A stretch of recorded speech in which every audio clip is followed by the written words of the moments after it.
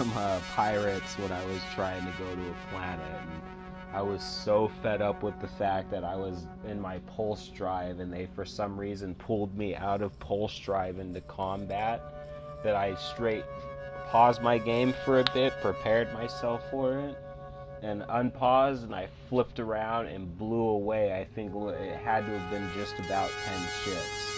I fucking blew all of them away in like less than 5 seconds. That shit was crazy. What's going on, Mac?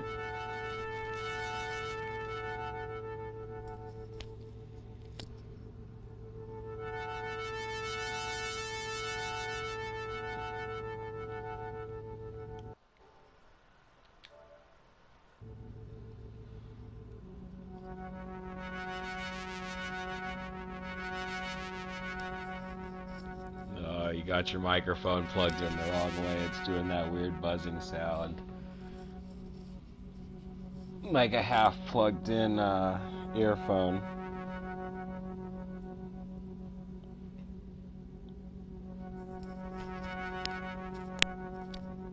What's that noise in the background?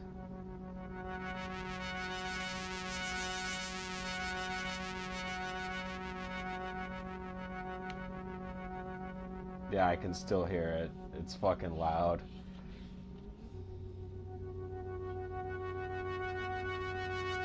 It sounds like you got the thing half plugged in.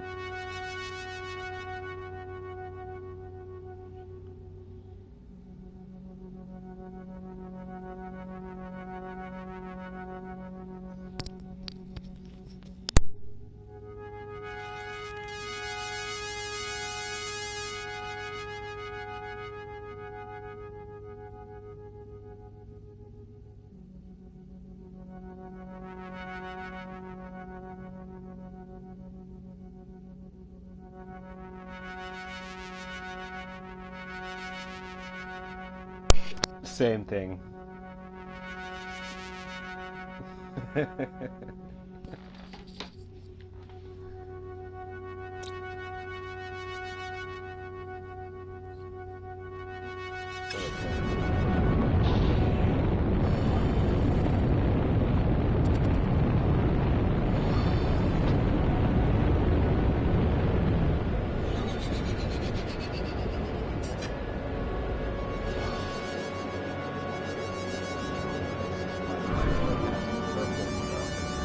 That's the first time I've ever seen that.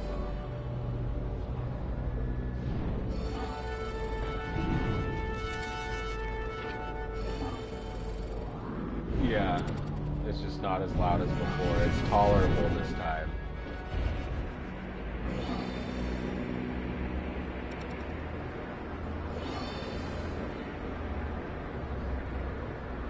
It might be that just whatever you're doing and however you have it, it's very tolerable and I can deal with it. Before it was so ear piercing, like I had to take my mic off.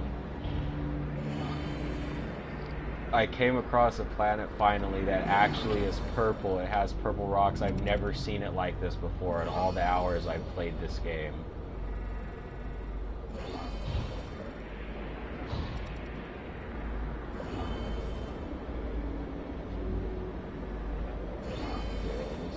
Screenshot this to you.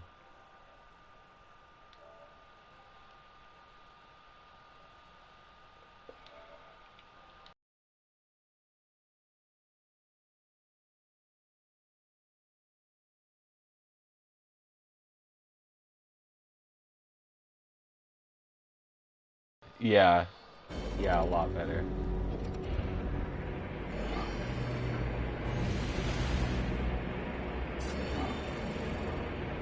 It's a very interesting color palette. I've never seen it before.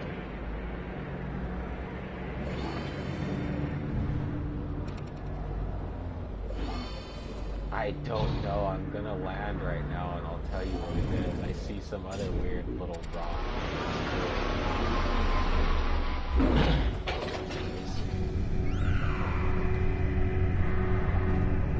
Yeah.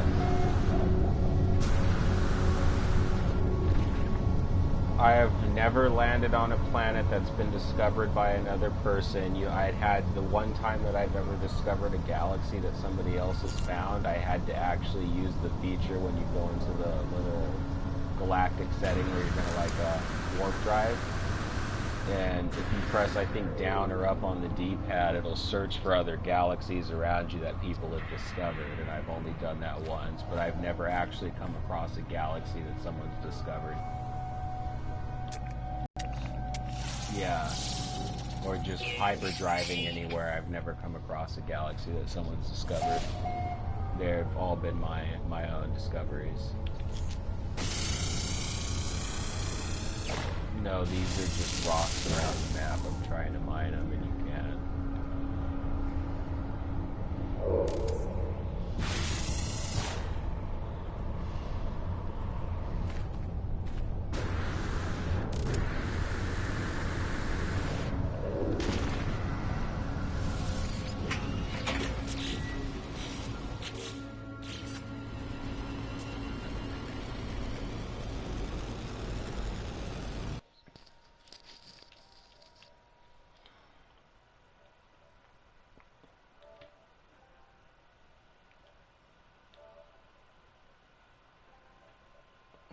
That sucks, you can't send anybody video clips.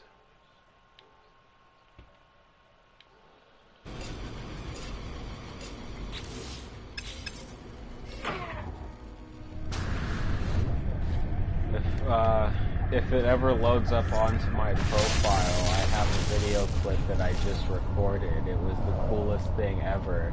I had a bunch of pirates come attack me for my cargo, and I got so fed up with the fact that they literally pull you out of your warp drive in order to attack you. I don't know how they do it or how they have technology to pull you out of warp drive, but they do, and it gets really fucking annoying because you can't run from them at all, and your ship will literally slow down so they can catch up to you. I fucking turned around and blew like all 10 of the ships away in less than 5 seconds. I've never done it before. And don't ask me how my fucking ship did it without being upgraded. I think it's because when the first couple blew up, the damage from their ship, like they actually programmed it so their ships ricocheted into each other and helped blow the other ones up.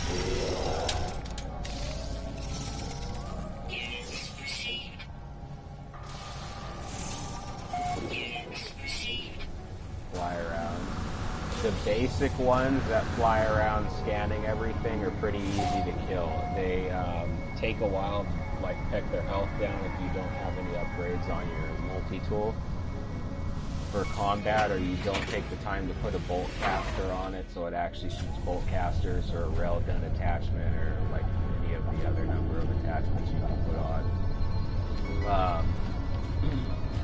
But they die pretty easily. I think the only other version of a Sentinel I've ever chose to fight is those little dog-like ones that are kind of similar to that dog creature thing that fights you from the new Wolfenstein game that just released, the most recent one for 360 and Xbox One when it first came out.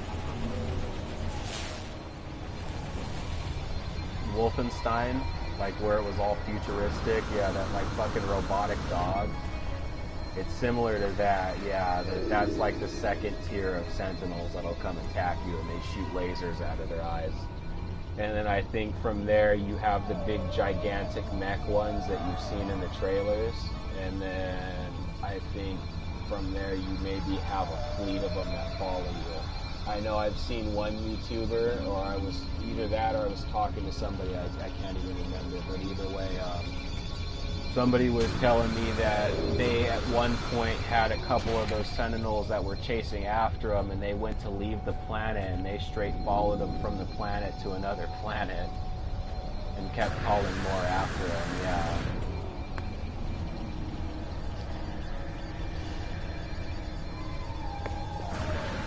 But to answer your question, the beginning ones are easy to kill. I've never bothered trying to raise my alert status to fight the harder ones yet.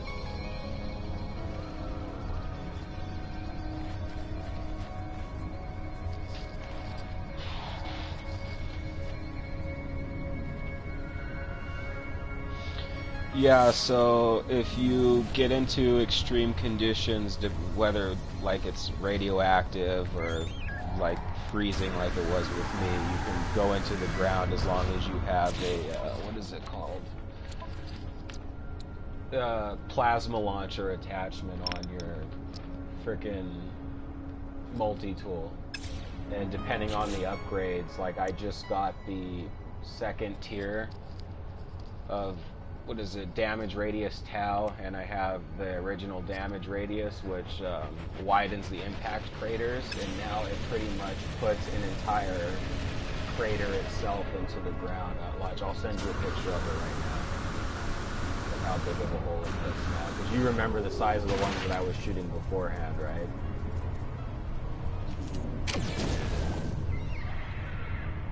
Like they're relatively small, big enough for one person to fit into it.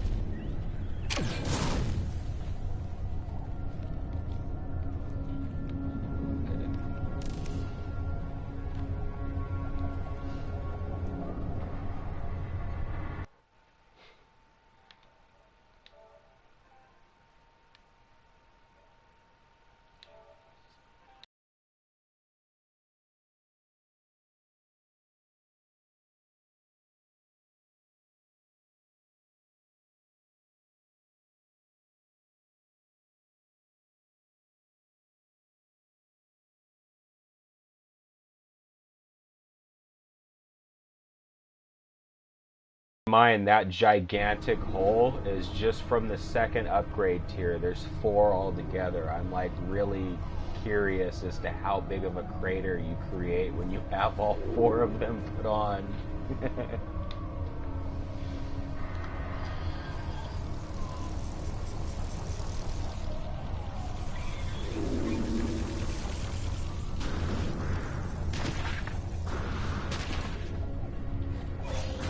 But yeah, there's 2 ways. You can either, or there's multiple ways. You can go into shelter, find different buildings around the map. You can burrow into the ground, which is a pain in the ass to keep doing, especially if there's other creatures attacking you. Or you can put those little upgrades on your suit, like I have on, that absorb all the damage from whatever element you have equipped. There's thermic layers, coolant networks, radiation deflector, and toxin suppressors. And they'll absorb all of the damage first, and then it'll go into your life support. Then once your life support runs out, it'll be your hazard protection, like your exosuit. And then if you have the health module upgrades, once the hazard protection or your exosuit runs out, those will kick in. And that's your last line of defense before you die. So you have quite a bit of defense.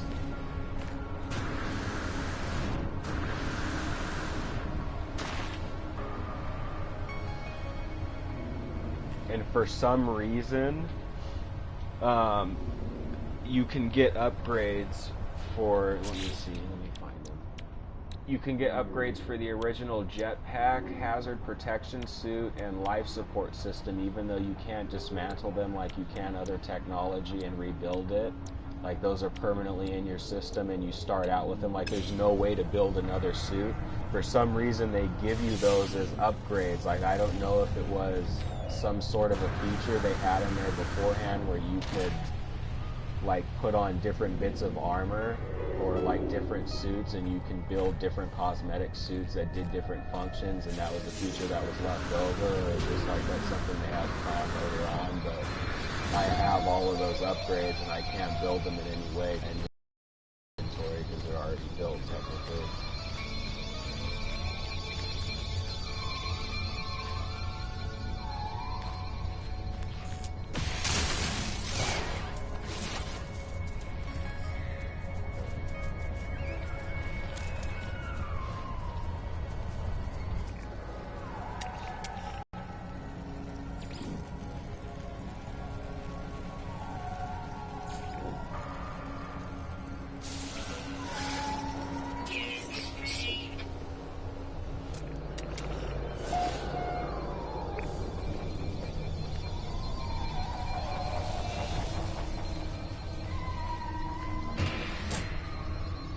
duplication technique still works also if you ever want to try it.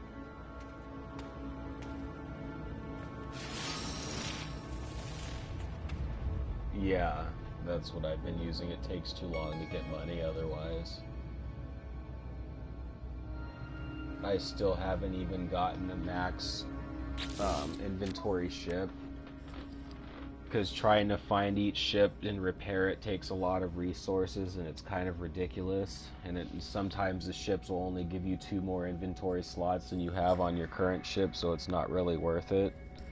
And trying to purchase them, it's a lot of money. I'm at 38 slots on my ship, and I think the max is 48 or 58, one of the two. And just to get, I think, 48 slots, it's 54 million units, and that's just insane. Yeah, I don't know how they expect you to acquire that much money. That's a lot of playtime. And trying to grind that out with the duplication is something that I haven't been wanting to do. It takes too long. But it's great for resources and building stuff and putting upgrades, and like, as far as like the money goes, it's good for a starting ship to get you to like 38 slots, because it doesn't cost that much, only 8 million. And then from there, I used it to fully upgrade my exosuit and then my multi-tool, and it helped out a lot.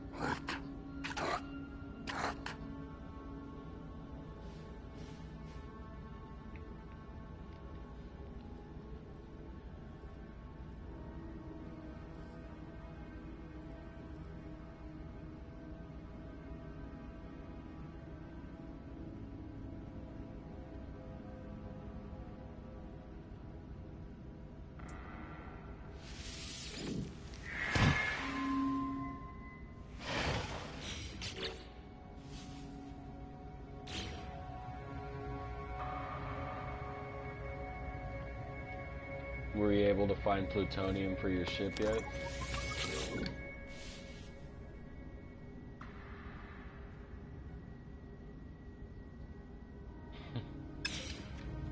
That's interesting.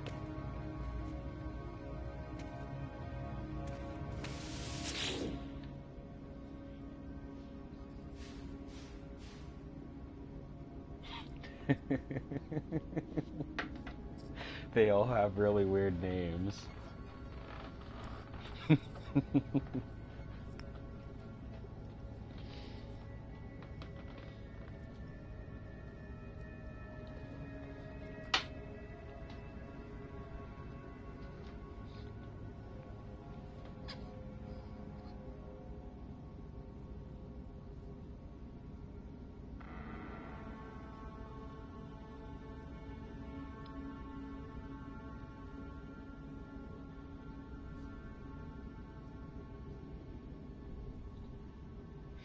Yeah, it's annoying, especially, and I mean, especially when you start getting all those upgrades I was telling you about that absorb the damage from planets for you, like the toxins and stuff like that. Those require a ridiculous amount of titanium and zinc and oxides and other things like that. It's stupid. Just to recharge them, and each individual one needs to be recharged, and then like when you get the other things so you can breathe underwater longer, that has to be recharged the same way.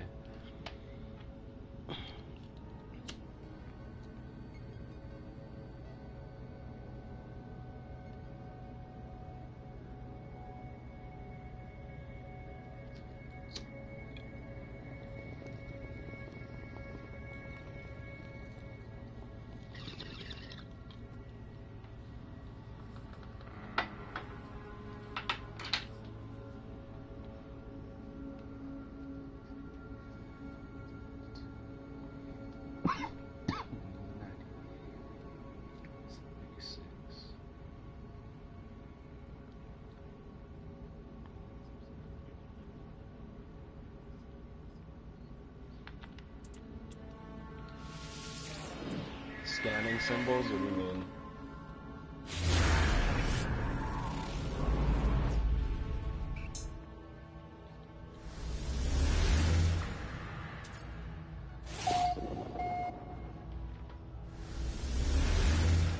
Like, what are you scanning? You'll have to be more clear.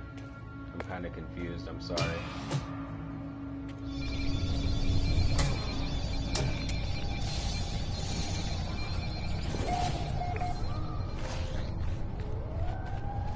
Oh, okay. Like when it pops up on your screen and it says carbon isotope. Okay, so isotopes, those will generally recharge like your health and your, not really your health, but more so like your weaponry and your ship. That's what isotopes are meant for. Oxides, the yellow, those are generally meant for suit upgrades or ship upgrades, or most of the time it's meant for recharging like your ship and your suit.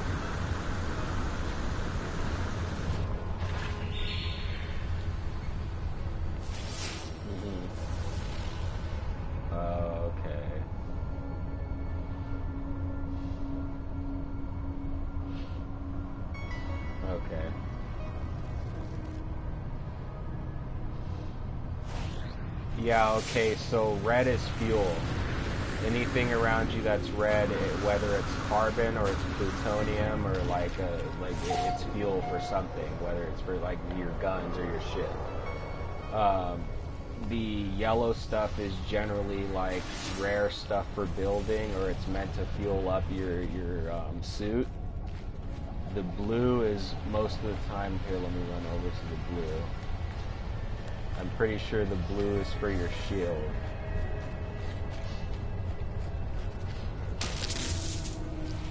No, blue is silicate, so it'll be platinum and iridium and stuff like that.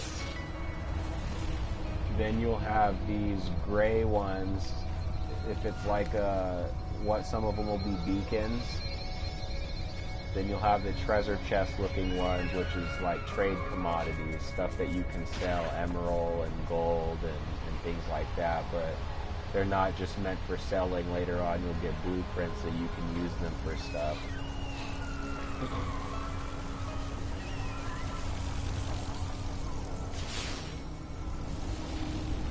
Okay, so let me get into there.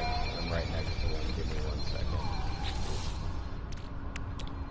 Building quick and bypassing right now. I'm going into it.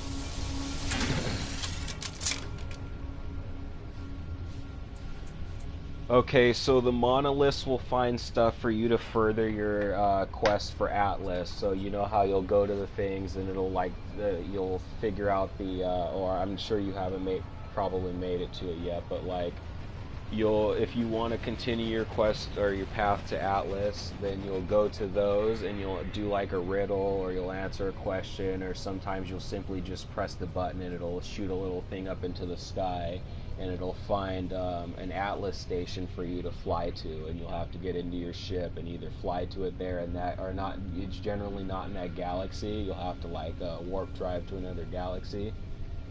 And it'll be there, and you go inside of it, you talk to like the Atlas thing that's in there, and it'll send you on your way. It'll give you a couple different warp canisters so you can fuel your warp drive again, so you can go to 2 different locations, and it'll send you on your way to a different point of interest.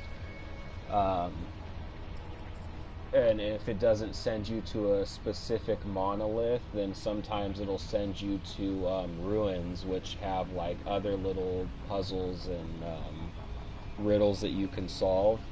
And they'll either give you upgrades or a new gun or something like that, or they'll give you like a relic that's based off of the alien race that you're going to, or whatever monolith it belongs to, or relic it belongs to. Or most of the time it'll give you like words for their language and have like the little statues around it, and that brings you back to the other icon when you hit like the left on your analog stick, and it brings up those little things, the purple icons that you see that have like those weird little eye looking things in it. That's Yeah, that gives you words for whatever alien language it represents, the planet that it's on or whatever. I don't really know how that works. Whatever galaxy the aliens control.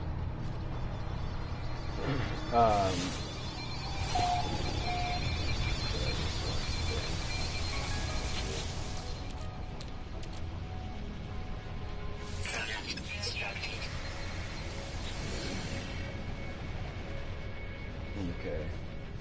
So colonial outposts can do a couple of different things. They can either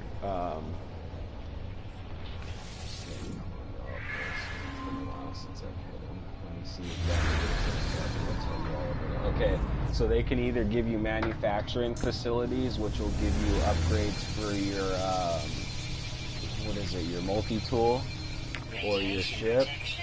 They'll bring up an operations center, which will give you upgrades for your suit. Sometimes they'll bring up a transmission tower, which will, like, you can find ships that way. You have to go over there. They're all places where you have to go into a building. The operations center, I'm sorry, you'll have to go over to there, and it'll be a bunker that's got like a sealed steel door.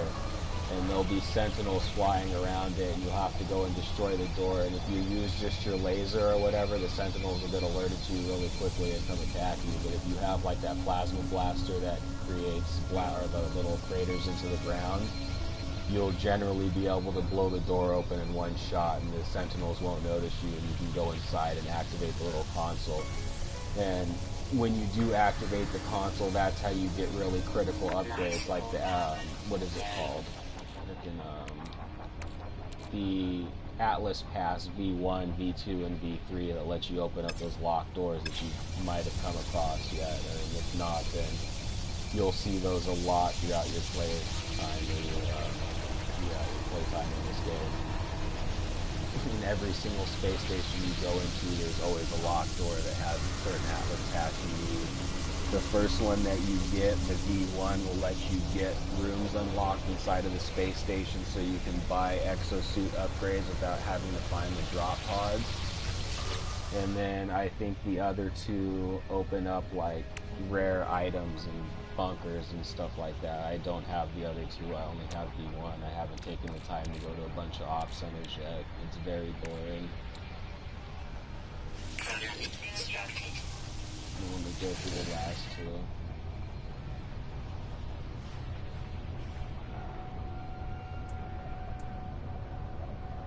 Transmission towers are what I was using for the longest time to get upgrades for your multi-tool. That's how you find ships and multi-tool upgrades, essentially. That's pretty much all it uses, all it's used for. And then it finds ruins for you, and the difference between ruins and monoliths is the monoliths will keep you on your quest for Atlas, and they'll like give you waypoints and stuff for you to follow, and the ruins basically just teach you words for the alien race and give you small little upgrades or things you can sell. And then other than that, it'll find you the transmission towers that you can find crashed ships, and then it will have advanced life form outposts that you can talk to aliens there, and they generally will have an area where you can buy new multi-tools. And then shelters is just places that have like abandoned outposts or just the shelters around the map that have small upgrades for you. They're not really that significant or important.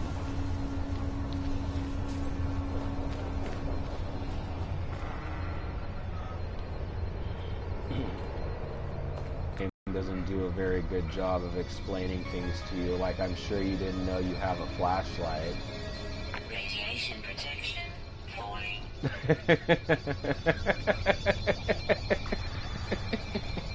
I didn't know until my 10th hour of playing when it finally popped up and you press up on the D-pad and you have a flashlight. It's so stupid.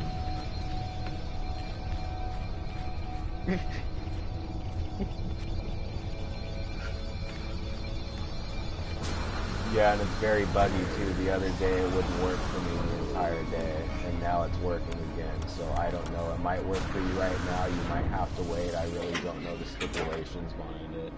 No, you just press it up on the D-pad. It was working for me right now. Yeah.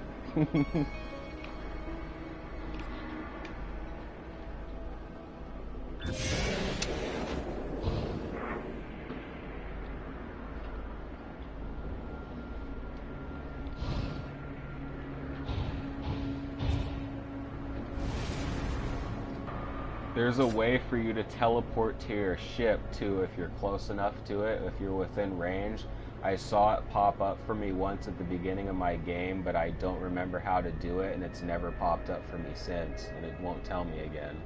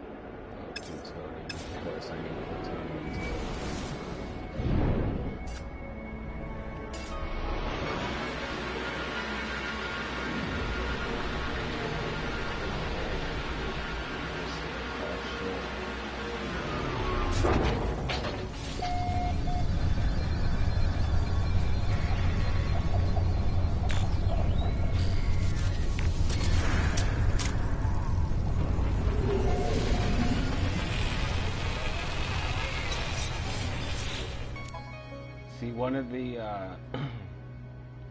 journey requirements, or it's an achievement too, for Undoubted, is to survive 2.1 souls in extreme conditions, and I still need to survive zero point 0.9 souls. I don't understand that.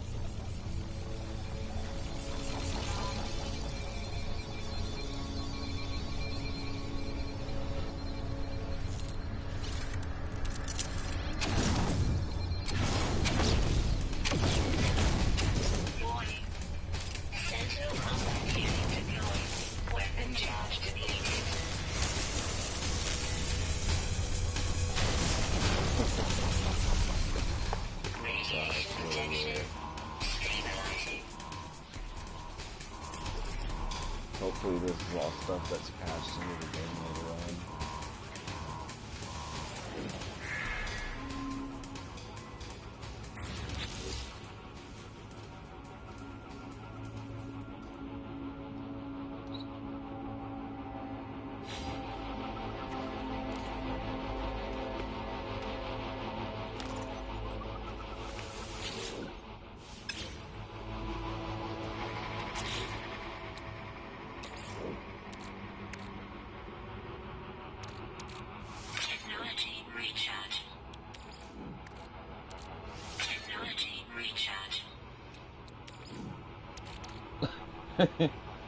Technology recharge.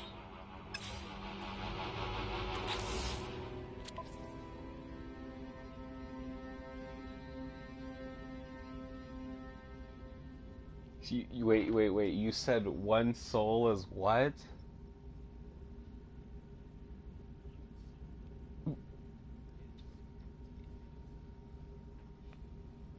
Oh my god.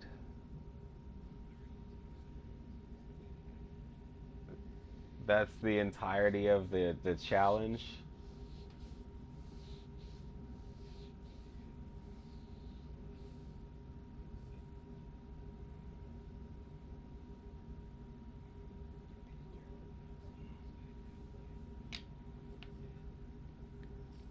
No, they have an end at 10. I've got most of them done. I've got quite a few of them.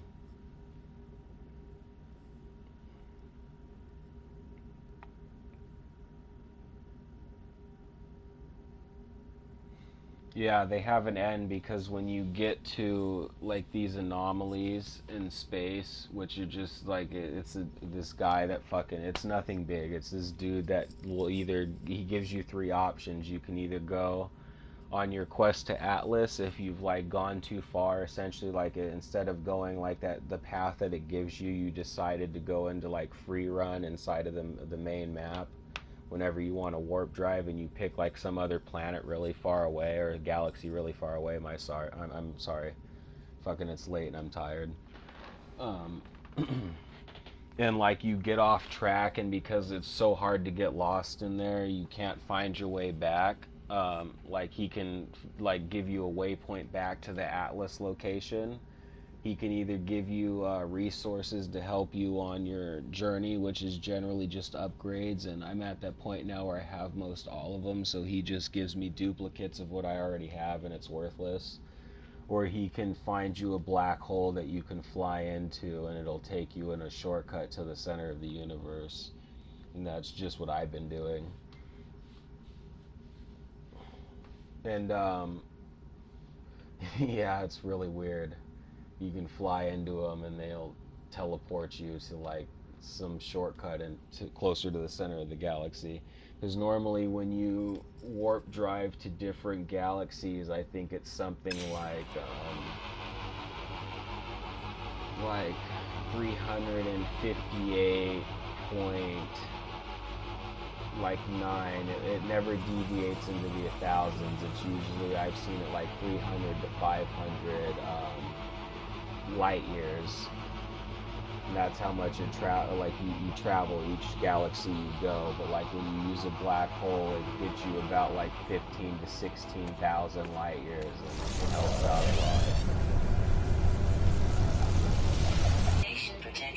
lot. But anyways, when you get inside of those anomalies, there's a fucking Gek that's inside of there that will like judge you on your milestones and ask you for certain bits of information. Like it depends on each time you encounter him. Like sometimes he'll want you to transfer data that you've learned from planets, so like each creature and plant that you've discovered and stuff like that, he'll want you to transfer it to him. And like depending on your milestone, you'll have certain milestones that he'll require, like level 3, level 4, for you to be able to proceed for an upgrade or something like that. And he just requires different ones from you. He cycles through each of the journey milestones, and then I think at the end of the game, depending on what like overall milestone you have, because like leveling up each one will level you up in your total one. So the maximum milestone is Galil, and then from there you're just leveling up the other journey things to their max. And I think you need Galil at the end to be able to proceed into the center of the universe. Or I'm sorry, not to proceed into the center of the universe, to actually complete the Atlas side of the story.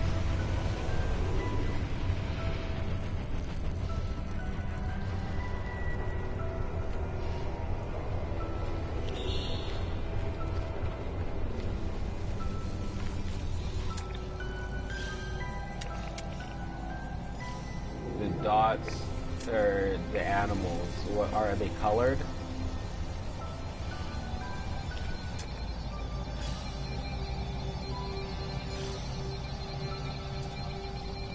Is it red at all? Or white?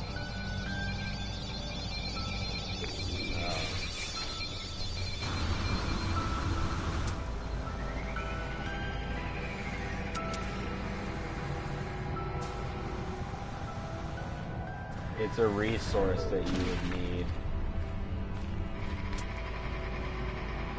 Like, not a major cache of them, or not one of the ones that would pop up, but it's like a singular one that you would need for an upgrade you have in your inventory. Or something that the game feels that you would need in the moment, like if your health is down or your shield is down and there's some sort of plant around you that will refill it. That's what it'll highlight. And then on top of that, if you've looked at a building, you can set waypoints too. Like if you go and look at a building or a plant or something like that and you want to come back to it, you can highlight it and it'll set a waypoint on it. And that's what the little pulsing dots are as well.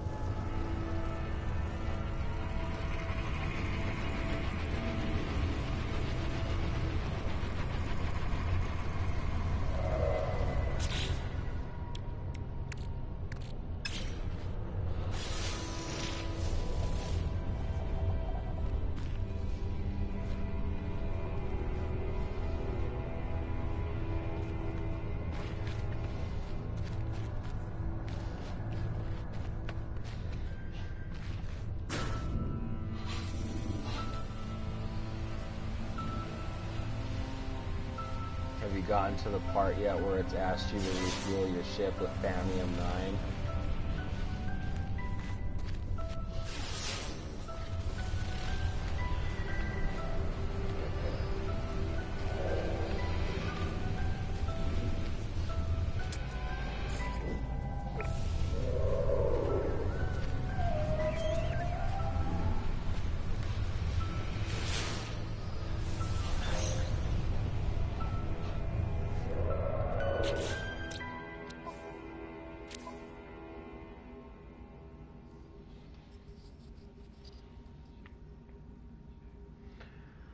Okay, so the whole deal with that is the whole top part is all the places that you've gone to. And for some reason, I'll get to the underneath part right now. I haven't forgotten about that. For some reason, they haven't added a scrolling feature in there. So when you've discovered like the 6 that are there, if you, for instance, didn't upload those, and you discovered some more on that planet, because the entire planet's explorable and they have like hundreds of fucking different locations on the planet. So if you were to discover more than that 6 and you didn't upload the first 6 that you discovered, it's going to keep scrolling them over and you cannot upload those ones anymore. So therefore they're like, you can't put them into the servers and they're going to sit there and like you don't get the units for it. I've done that a lot of the time. It's really annoying. Going on to the records section of it, that's if you want to discover everything on the planet. So every now and then it'll categorize like your percentage completed and what the thing that you discovered last was like your main percentage. So like down underneath you'll see all your discoveries and how there's like a whole bunch of sections for it, and you can even scroll over to like different areas. You can have a bunch of different pages of what's on the planet. I think like for instance, like once you hit 10%, it'll put like the animal that you got 10% with on there. Then 20% will be the next animal, 30, 40, so on until you reach 100, because it doesn't scan everything that you've gotten onto there. The one planet that I've actually done trying to finish everything like that, that's what I've noticed it does.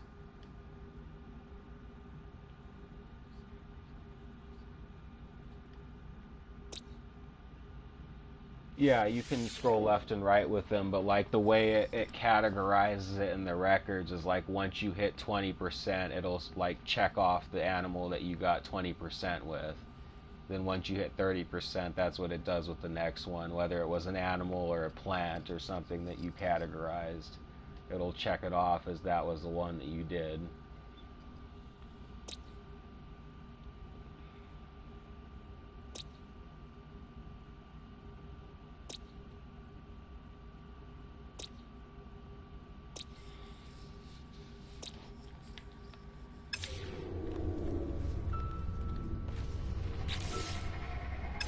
That's just the percentages that you haven't gotten to. Like when I say percentage, there's that little bar underneath it that says upload and receive however many credits, and it'll go to like 22%, 30%, or whatever. Yeah, that's what that means. You have to upload the creatures and stuff that you find. So not only do you have to scan them, but you have to either choose to rename and upload or just upload it to the servers.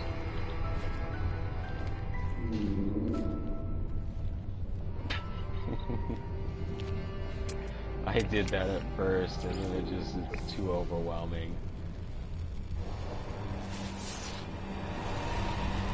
I cannot.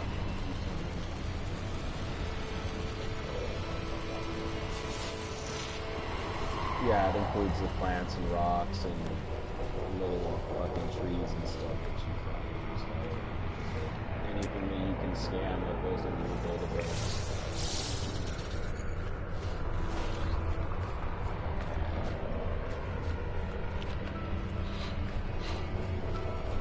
Yeah, it'll go into there too. So like if you, for instance,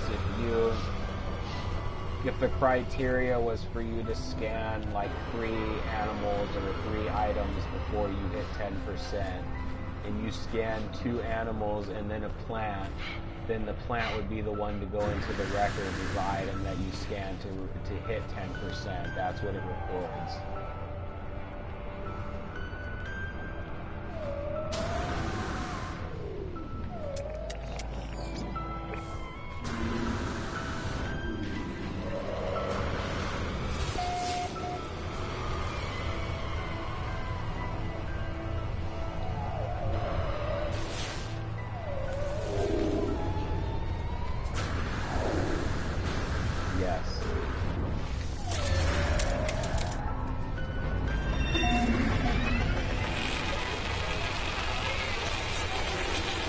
Yes, you can get upgrades for them, and it allows you to go higher into the air. I think right now I have 3 out of 4 of the upgrades. I'm only missing 1 more.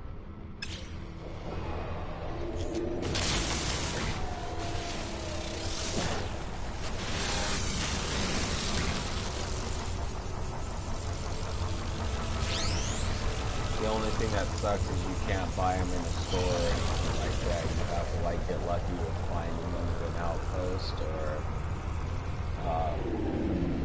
like getting them through an alien encounter, a monolith encounter, or something like that as a reward, or a crash ship, or one of those damaged machinery things that you see laying around the map. It looks like a Jetsons spacecraft piece, like something an astronaut would have on their spacecraft. Not a spacecraft, but like a rocket that we have nowadays that you launch into the sky with. And then if you go into abandoned buildings, there's like these little hologram projectors that'll give you upgrades, and then there's also these containers that have like these animals inside of them. They look like little lizards or something like that, and they give you words for the alien race. It's really weird.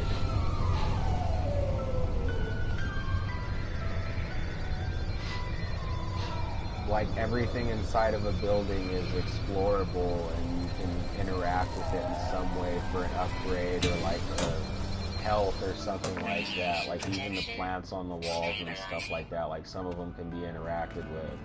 So you always have to keep an eye out for it. It's very strange how they placed upgrades in this game.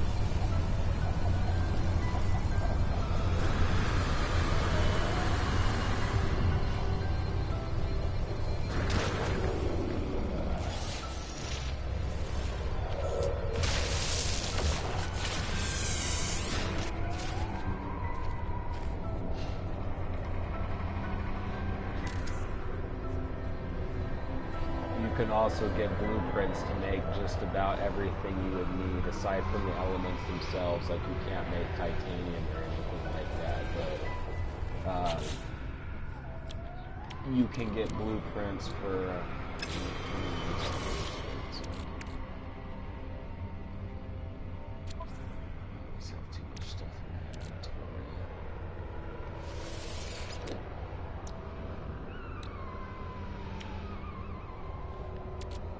like you can get blueprints for everything you would need to make warp cell stuff,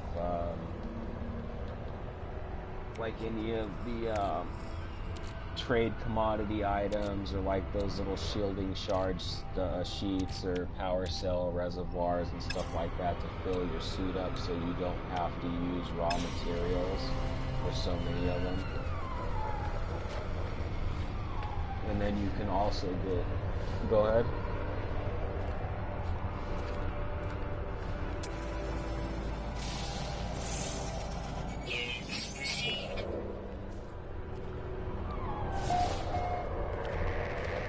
Okay, then. So you've been uploading them as well? Okay, so either what's going on is one of two things: the game is glitched like always, and they need another patch to fix everything and all the features that are in there, or you're on one of those planets where there's so much life and there's so many different kinds of like plants and little things in there, like not even just the big ones, but like if you look at the ground, like little rocks and little mushrooms and stuff, that it's going to require you to scan a lot more to fill it up.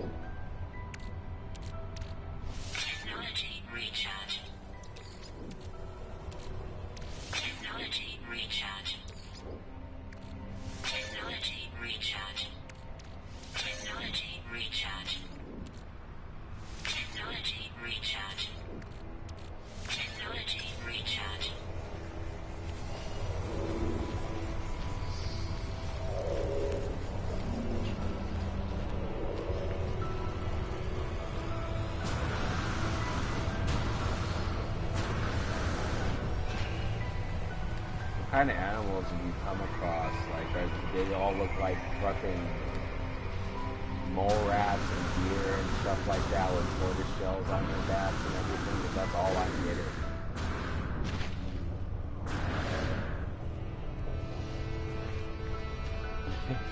Yeah, I've seen some of that too, little tiny velociraptors.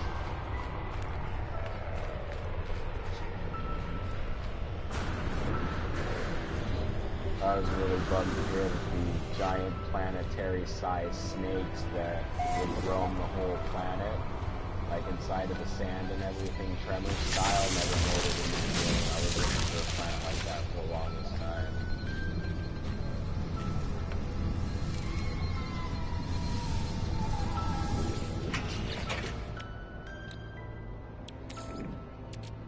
Technology recharge.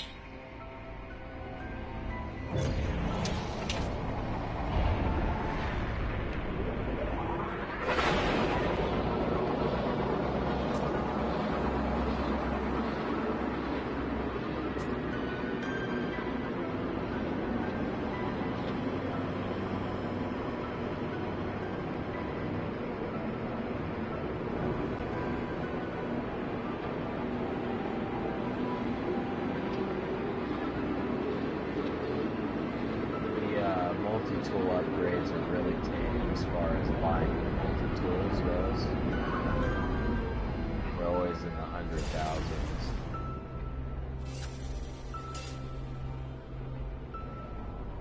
But the exosuit upgrades get a bit crazy as you progress.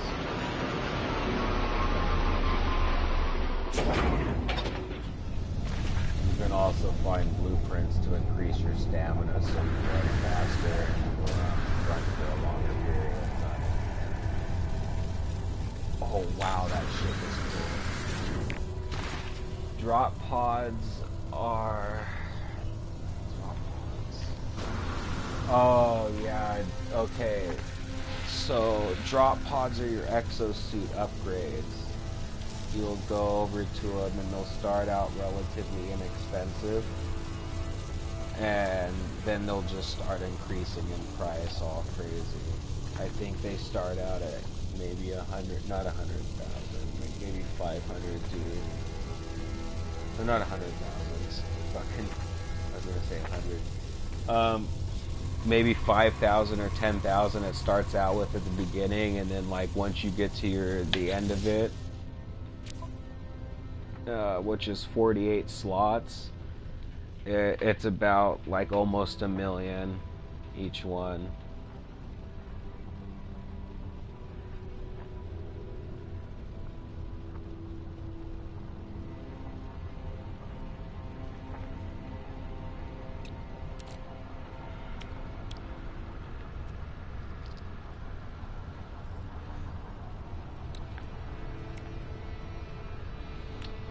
Yeah, the op center is how you get like the crucial upgrades for stuff, so that's like the only way you can get Atlas cards, which allow you to get into like the secret lockdown areas around the game.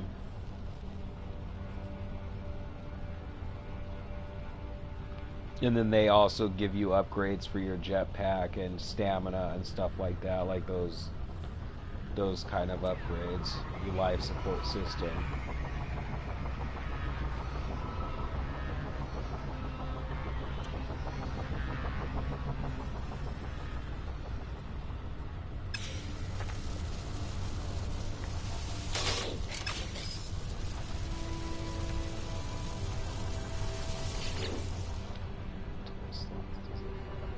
Oh, that's such a letdown.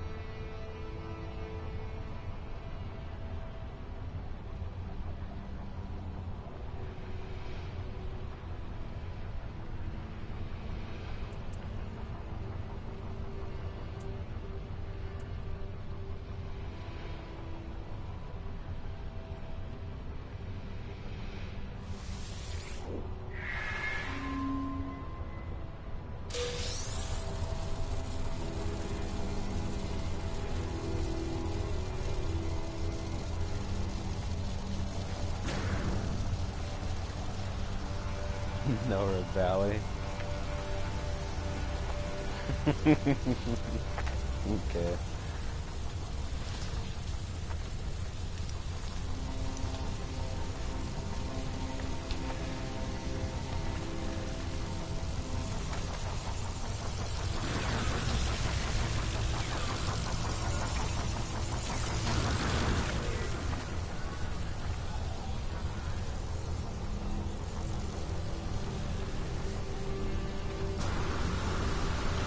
I don't think I'm ever gonna see a maxed out ship. That's ridiculous.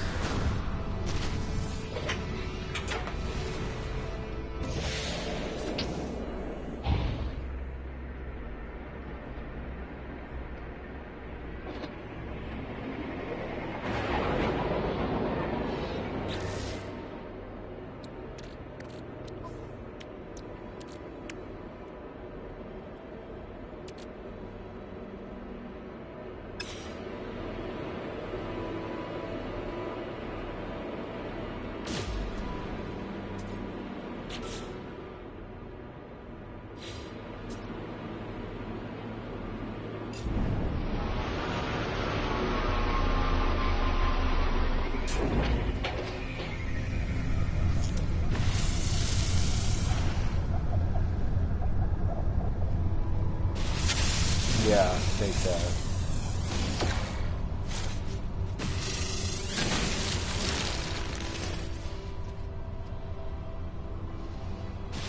Yeah, that's a good upgrade to have. That's what I have on my mining beam right now. It's not something you're ever going to want to use until you get pretty much close to the maxed out one, because they require so much resources after you start getting a higher level.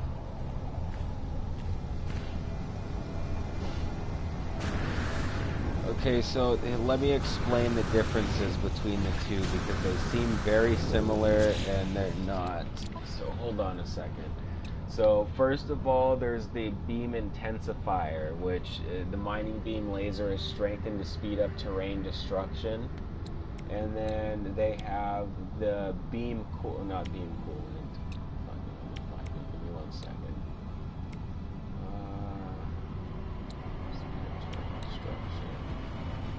And then beam focus, where faster mining beam processes on resource-rich materials. So the terrain destruction will destroy shit faster, and the other one will help you with denser materials, because the first upgrade won't help you with stuff like titanium because it's too thick. It only helps you with iridium and like lighter materials like gold and stuff like that. For some reason you can go through gold faster, but titanium and aluminum and stuff like that, you have to have the otherwise you get through it quicker, otherwise you'll be there for a long time.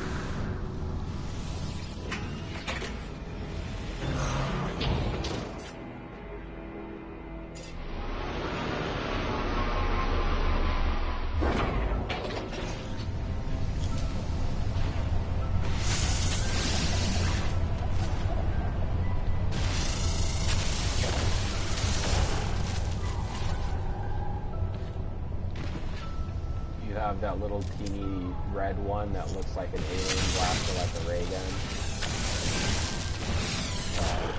Yeah.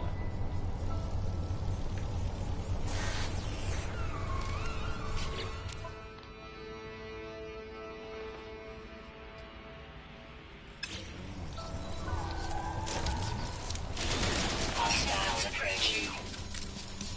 Warning. Sentinel drone activated. Nice.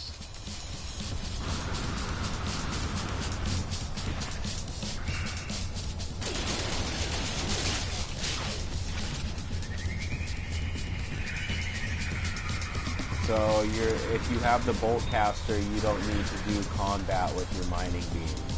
You have no need at all. I don't have any upgrades for it like that, and I'm fine. All I use is my bolt caster for damage, and that's perfect. All you're gonna want to do is do upgrades for your mining beam to process stuff faster and to, like, not overheat as much when you get more upgrades. Like, I mean, what I mean by that is when you get more multi-tools, so you have more slots, that's what you're going to want to focus on as far as your mining gear goes. Because I'm at that point now where 2 seconds hitting anything and it's gone.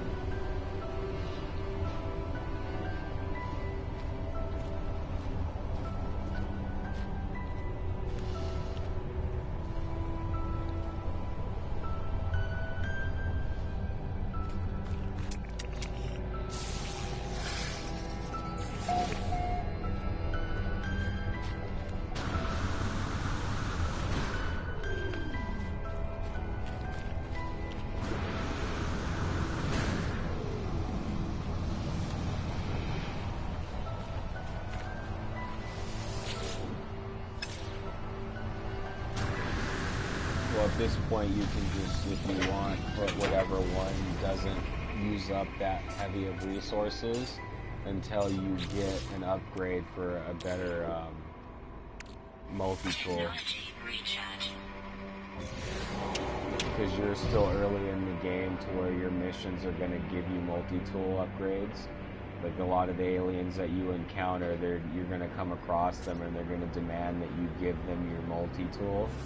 And they'll offer you an upgraded one in exchange, and then eventually you'll have to start finding them on your own. So I wouldn't worry about investing your resources in it right now. And then when you do get new ones, before you accept it or before you go in there to take it, take the time to dismantle all the upgrades that you have on your current one, so you can get all the supplies back that you invested into it, or most of the supplies back.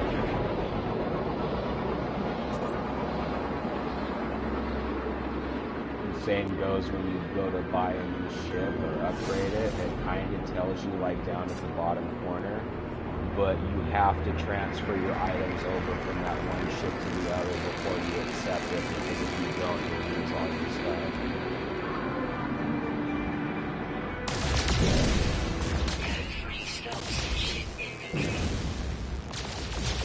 Always double save when you've done a lot of like work in your game. What I mean by that is either saving twice at an area or getting in and out of your ship twice, because there's a real bad bug going on right now that they haven't patched, and I've had it happen to me where I've lost 3 or 4 hours of game time because for some reason it didn't save. Even though I've gotten in and out of my ship and I saved at different locations, and I even uploaded some of these locations onto the server, I lost hours of gameplay. And even Angry Joe, on the Angry Joe show, fucking on YouTube and stuff like that, he lost over 12 hours of gameplay in that ship. So I be careful.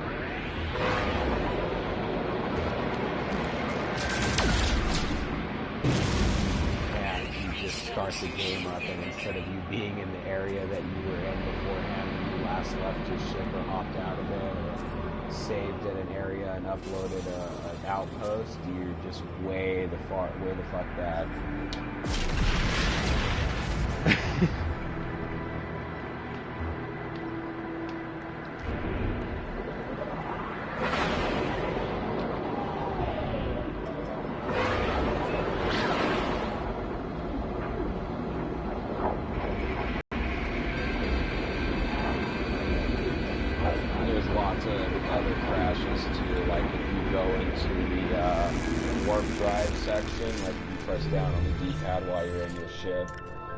And it brings up all the little areas in the galaxy. If you try to back out of that before it has time to load, like before it's brought you to the galaxy that you're currently in and it's loaded up, like how many planets and moons that there are and who's discovered it and all that shit, it'll crash the game right away.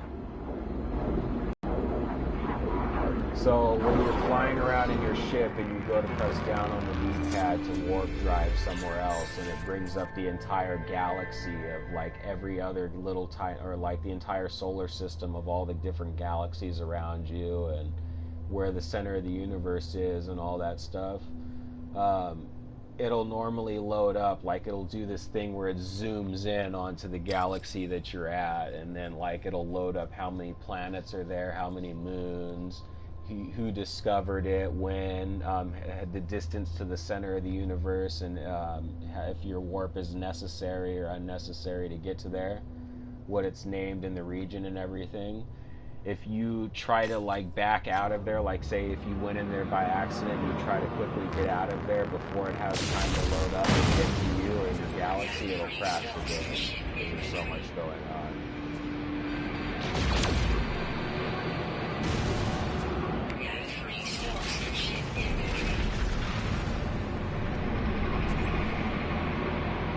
Couple that if you didn't have time to save, like if you warped to a bunch of different galaxies and didn't take the time to save at like an outpost or jump out of your ship anywhere and land, then you've lost all that progress. And the galaxies are all randomly generated, so you're not going to get back the same one you just got to.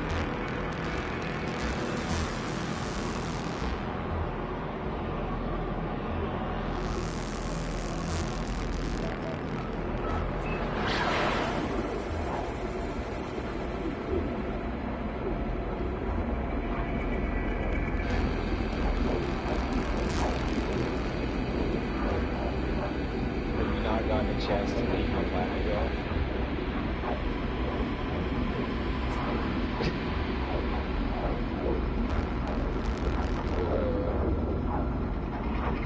Yeah, dude, I'm telling you, it'll blow your mind. It still blows my mind going from one planet to another seamlessly without a loading screen. That's something that 10, 20 years ago, no one could even fathom that even happening. I used to always, as a kid, dream about frickin' leaving the planet and just going around into outer space alone, not even going from planet to planet. This is cool.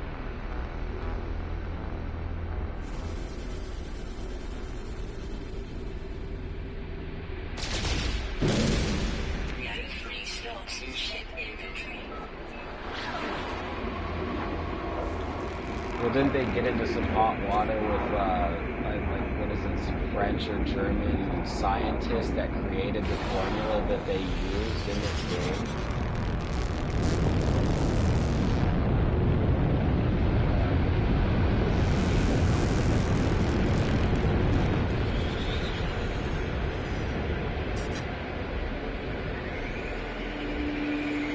To be honest with you, I haven't put any upgrades on my ship. There's really no space for it. I use any kind of slot that I have for supplies.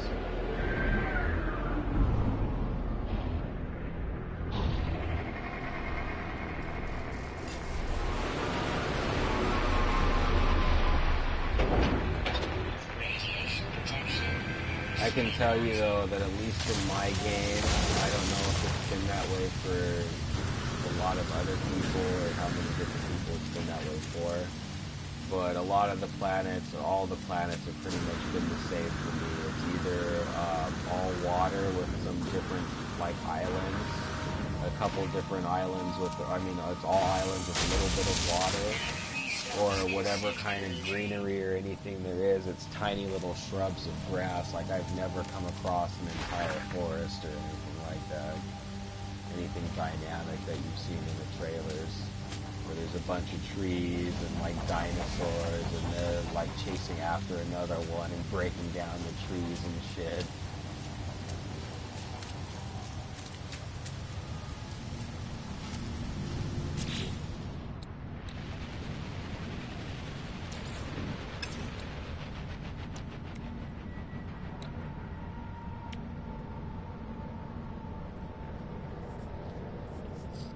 Yeah, if it lets you take off and fly your ship around, then just go into outer space, and all the asteroids have Thamian 9 in them.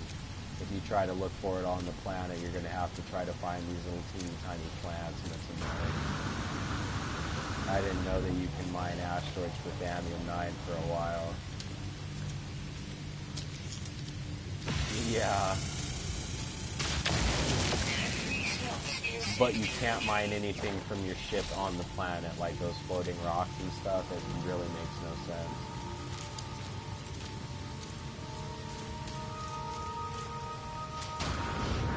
in the bigger asteroids, they usually have like copper and nickel and stuff in them.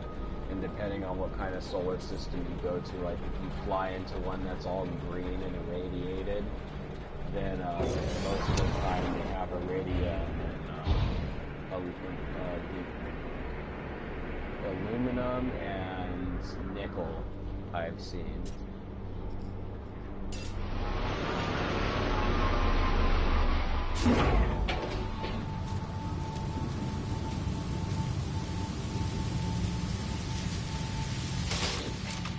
If you're really skilled too and you have ships chasing you, you can shoot holes into the bigger asteroids and like spin yourself around in through them while you're shooting holes and like have the other ships follow you and crash on some Star Wars shit.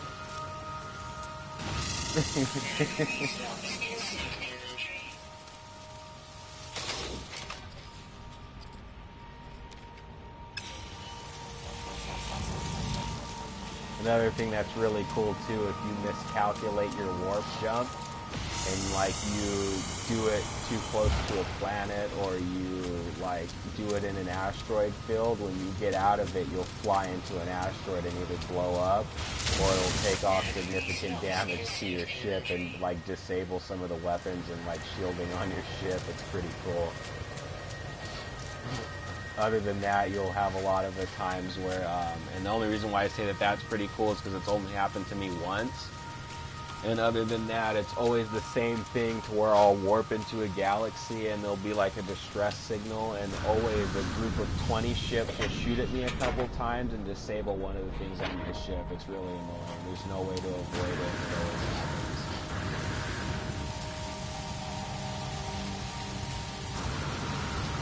It's a real big pain in the ass when they disable something like your hyperdrive that requires the purple elements to recharge, like Omegon, Radnox, and what's the other one? Fucking Callium. They're all very rare and they're purple.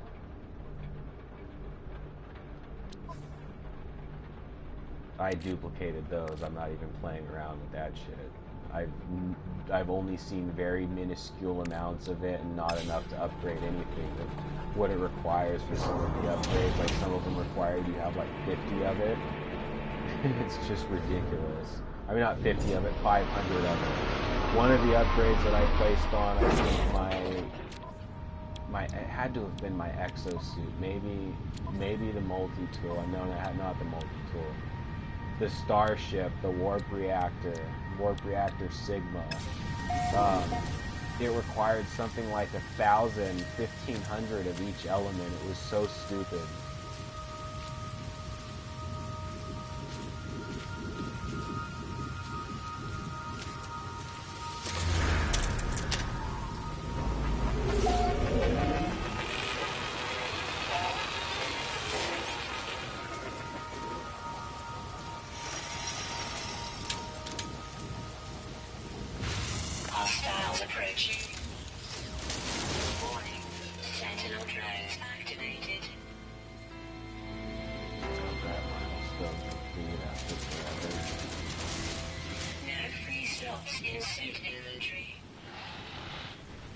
You can also get upgrades from destroying sentinels. They'll drop these like capsules on the ground, and sometimes they'll have upgrades in them, and other times it'll be real crucial parts for you to be able to fix something in your inventory or apply that for an upgrade, like to build one of the upgrades that you have. Keep saying upgrade. What I mean is they'll drop blueprints for you. My bad.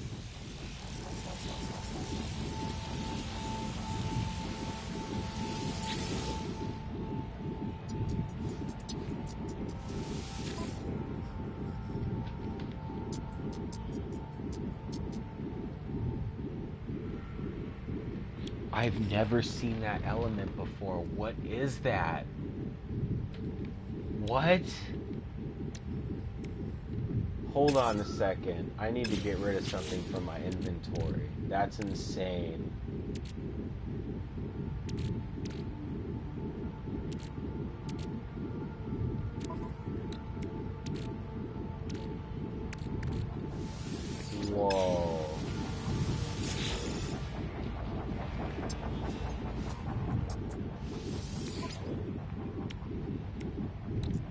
I've put over 50 hours into this game, and not once have I seen this element. And that's very startling, because that begs the question on how many more elements are there, and what kind of upgrade am I missing that's going to require me to use that element, and how much is it going to require of it. That's another purple one.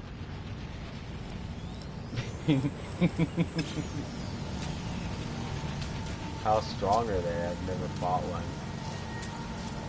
I ran from the couple that were chasing after me.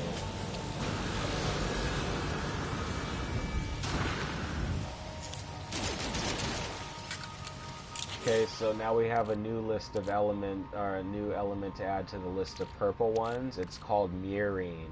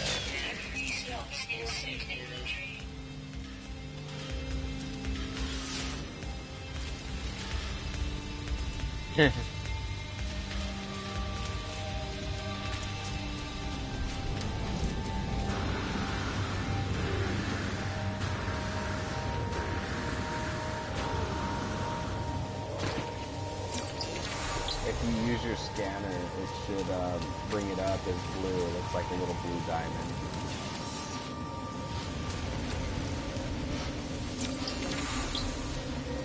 Yeah, it should have a little chemical type symbol in it. Yeah.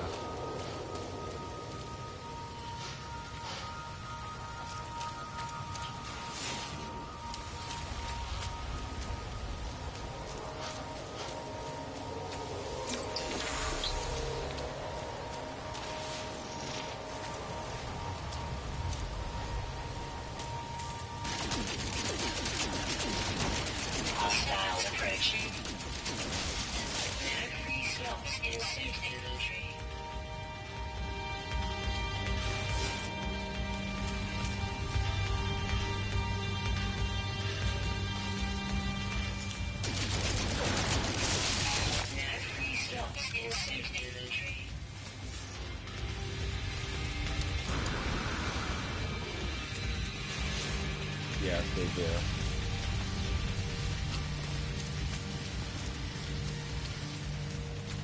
They've got reload upgrades and clip size upgrades if you didn't think that it held enough ammo in its clip.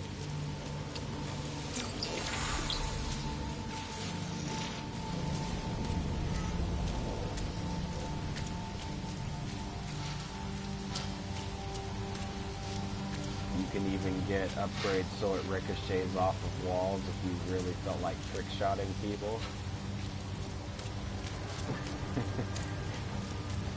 You can get the same kind of upgrades for the grenade shot, but it shoots out that makes the big crater holes in the ground.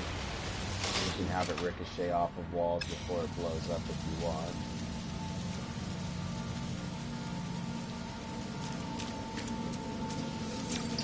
There's even an upgrade for your bolt caster so it has homing shots on it, so when you're fighting like those little spiders that follow you around, and they have those unpredictable patterns, or if you have the drones that are just all over the place, or you have a whole bunch of them and you don't feel like aiming, it'll home in on them too. It's just really hard to find aquaspheres. I'm still looking for them.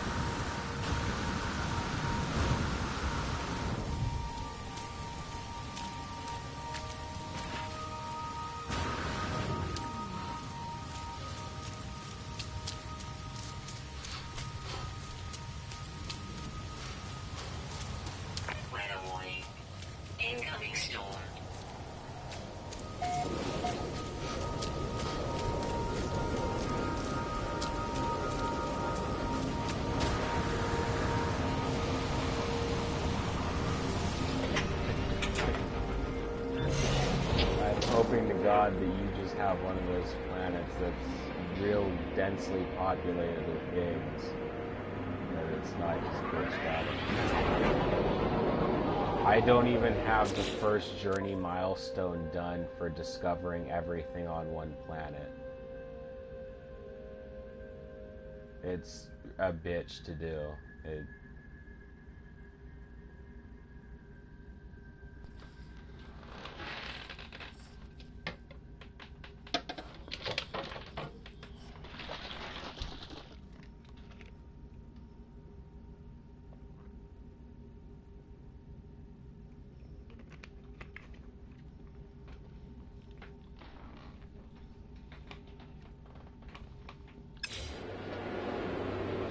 It should be blue, and then it should have like a chemical looking symbol.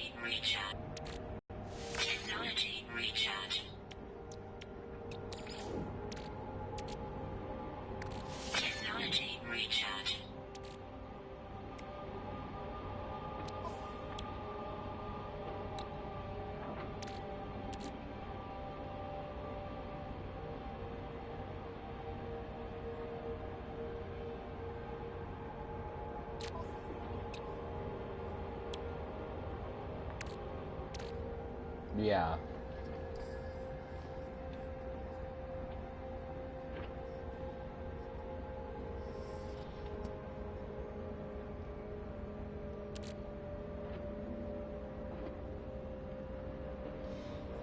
Another thing that the game doesn't tell you either that I didn't notice until recently, like yesterday, and I've been playing the game for quite some fucking time now, so this is very sad. Your upgrade thing. You know how, like, when you start putting upgrades into your tree, you had seen my video and, like, I had went into there and, like, how they're just, like, all layered into there, and you would think that you can just put them however the fuck you want to put them and it's cool. You actually have to stack them next to each other. It's really weird. Like the ones that belong next to each other, for instance, like your mining beam upgrades, if you put them next to each other when you build them, they'll all start turning green and they'll box towards each other, like as if they like stack damage better or something. I don't know what significance it has, but I've noticed that. So just be aware if you start to put upgrades in, you're going to want to like keep them grouped together based on their category. You try as best as you can. Okay, so for instance, when you go into your multi-tool and you start, for instance, upgrading your plasma launcher, you're going to want to put each of those upgrades next to each other in a line, or not in a specific line, but you're going to want them touching each other, and then when you do, they're going to all outline red, as if like they have like grouped together to stack up the damage. And then same with like your scanner. If you like stack the scanner upgrades, like you put the scanner there, and then you put the range booster sigma next to it, for instance, and then the analysis visor right next to that, and range booster tau right next to it, they'll all get a yellow border around them, as if like they're feeding off of each other. But if you were to, for instance, put like the scanner in one corner, and then the range booster in another, and the other range booster in another, they wouldn't have the yellow border around it. And I don't know what it does, if it like adds extra power, if it makes you stronger or whatever, but I noticed that it does that. The game doesn't tell you like anything about it.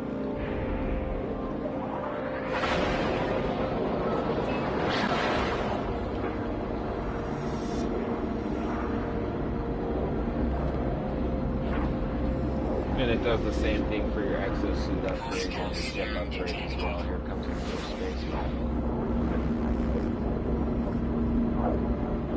Warning. Threat detected. Hostile ships approaching.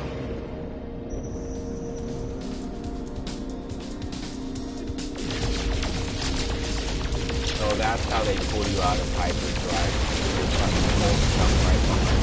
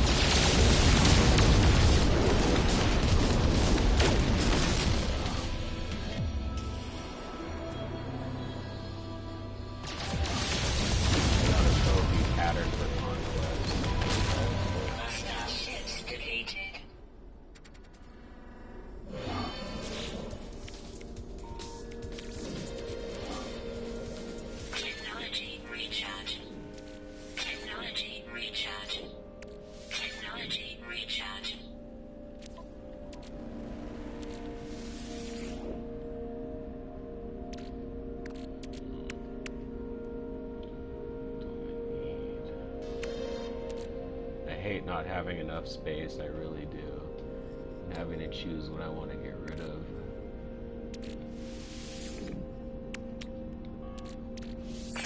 Constructed. Why do I not have plutonium? Of course, it would be. It's always plutonium.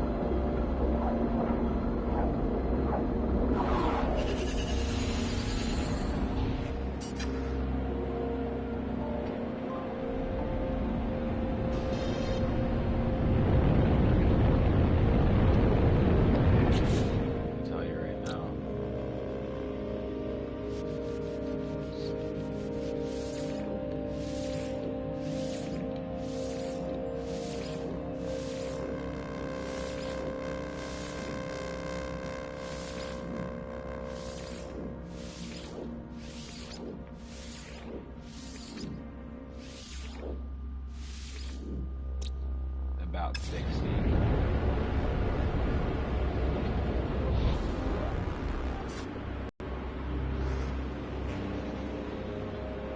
Almost 100% of all of the species on one of the planets. And that's only because I was like making an attempt to get all of them, and at the same time it was one of those planets where there wasn't a whole lot discovered, but it wasn't completely dead.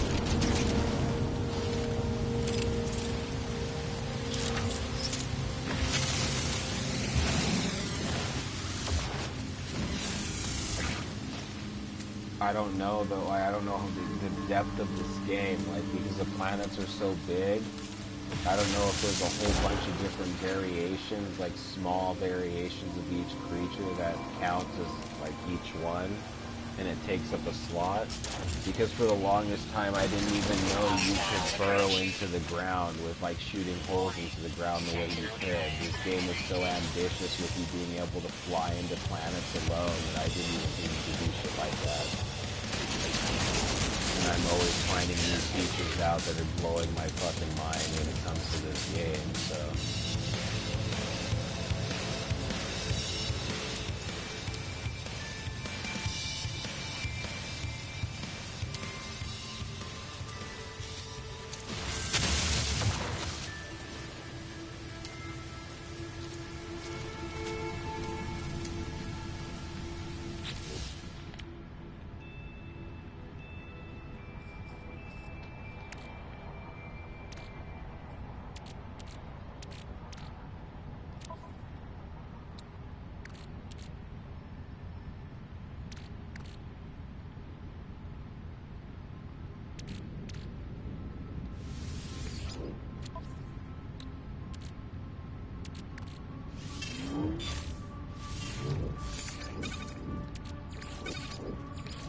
Eventually, plutonium's really easy to come across.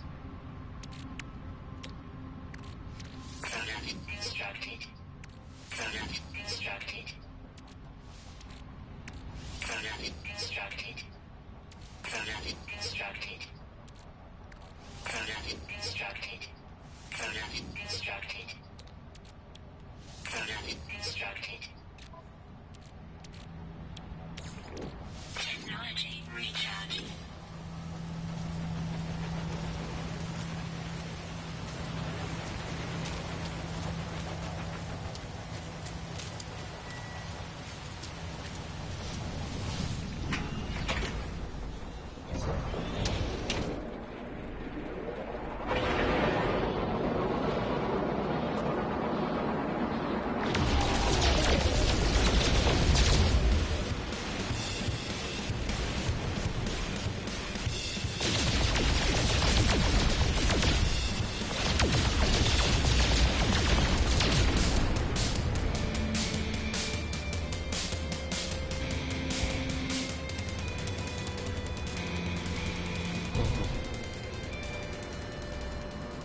Yeah, they pretty much built this game off of wanting you to look at anything and everything and pretty much colonize everything that you come across.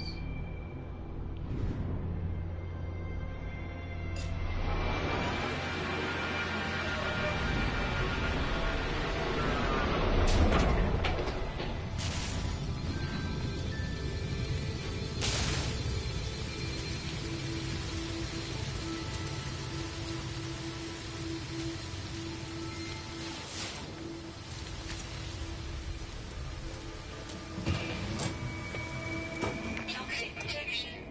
Stabilizing.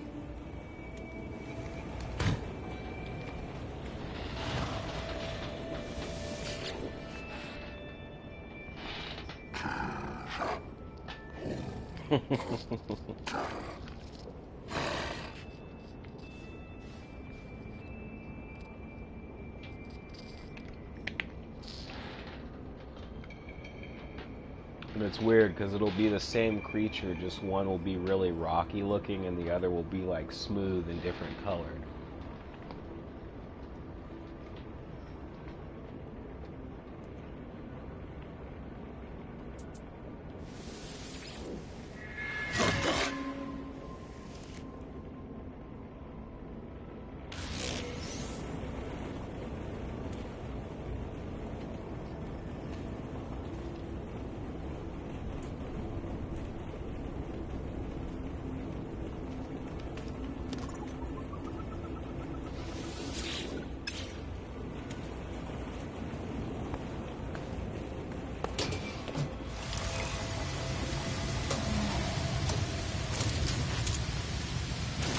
Hostile approaching. Warning. Sentinel drone activated.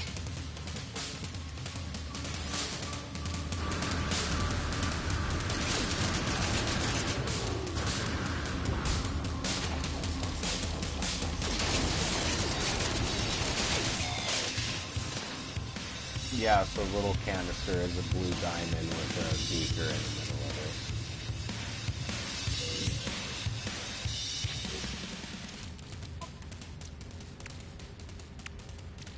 it. Yeah.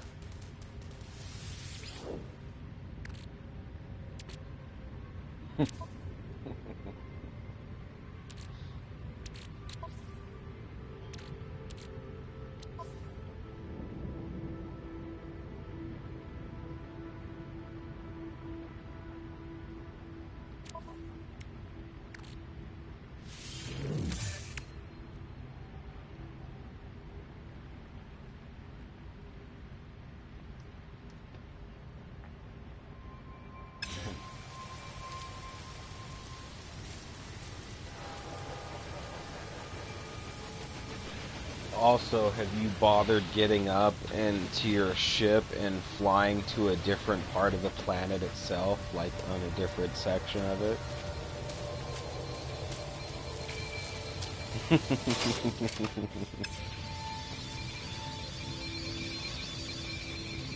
That's why I haven't fucking categorized everything on the planets yet, because it's an entire fucking planet, and you'll have to sometimes go out into outer space just to get to the other side. And then you also, the side of the planet that you're on might not have a pocket of water that one site might have, which might have some life in it. Or the area that you're in might not have the flying creatures that the other area might have, or if they migrated from one section to another. This is a really complex game.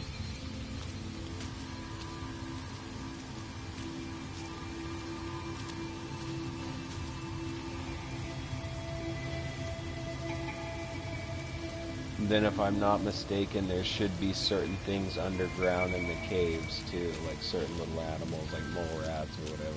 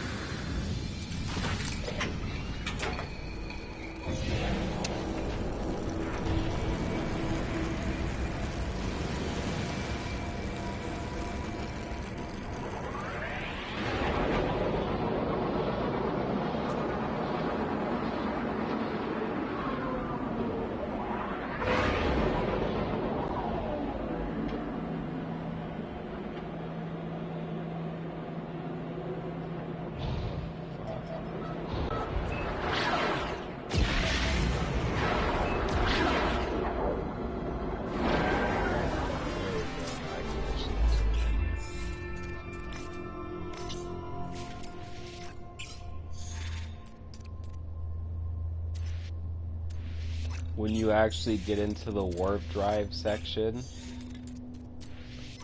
um, just tell me that all those galaxies around you doesn't blow your mind. The fact that you can go to each and every single one. It's so crazy.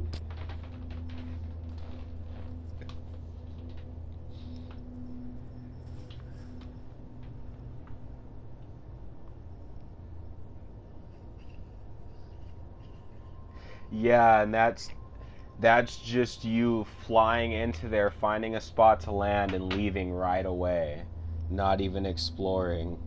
That's fucking crazy.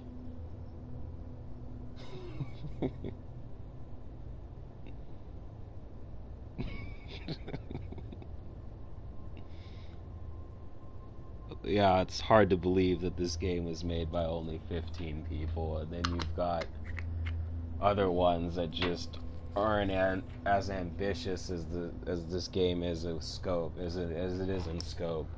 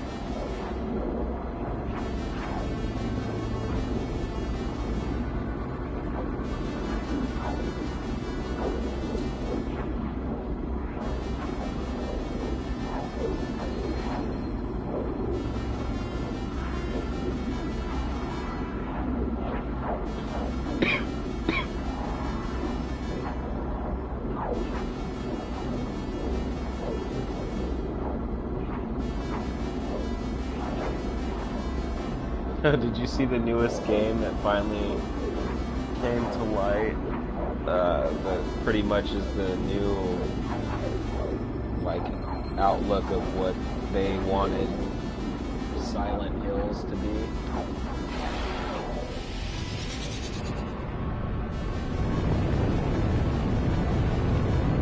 No, not Resident Evil 7. Okay, because they originally were gonna make Silent Hills with Norman Reedus, and then they had that fallout with Kojima, and they canceled the game with PT after they released PT.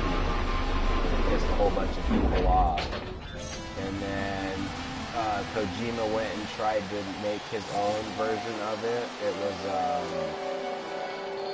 was it Allison Road? Was that what Allison Road? No, Allison Road's its own game.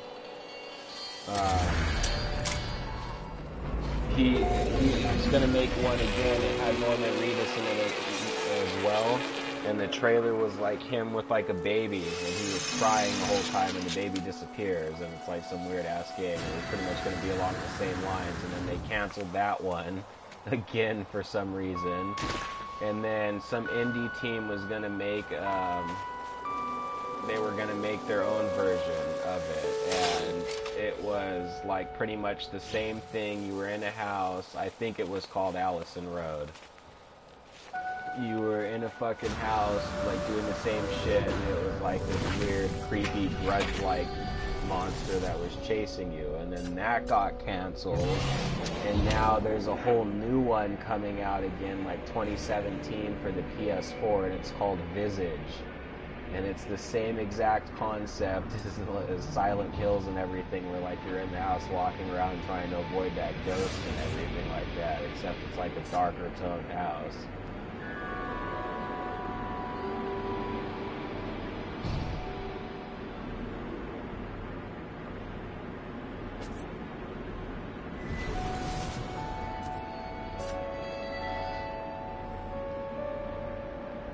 Did you ever play Outlast?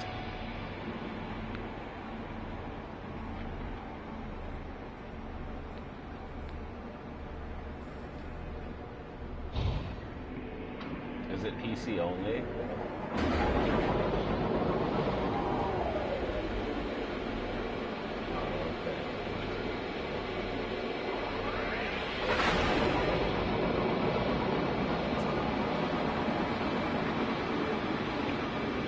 Yeah, I always wanted to play The Forest. I saw gameplay for it, like before they had released it, but it was PC only, and it sucked.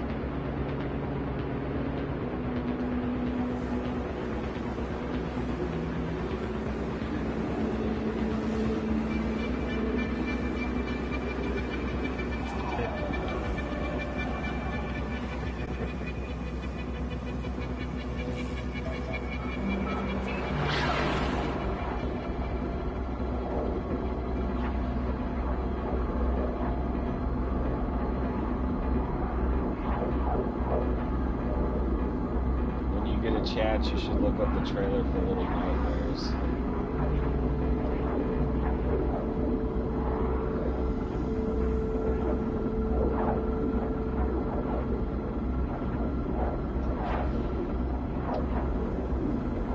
It's like gameplay is similar to Limbo, except it's like fucking really good graphics, and it's like this little tiny, I don't know if you're a puppet or like a little devil-like creature that's in a yellow raincoat, and you're running around from like these fucking demonic pigs and shit like that that are cutting up meat and things, and you gotta like hide, and if they find you, they'll catch you. And they've got like these really creepy squirrels and shit if they find you, and they start chasing after you. It's a pretty cool looking game.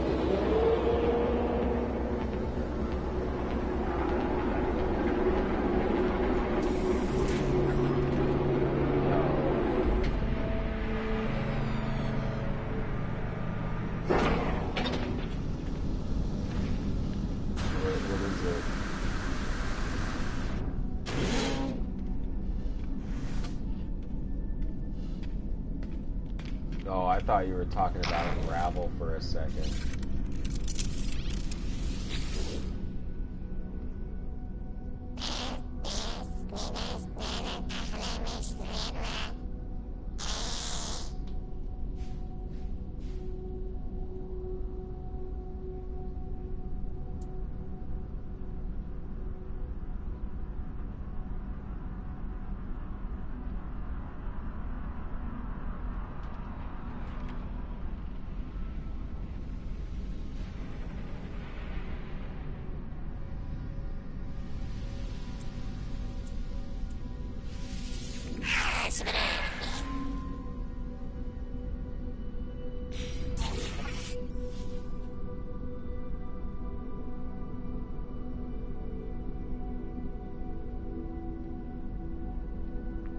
See, it did it again. I gotta send this to you real quick, cause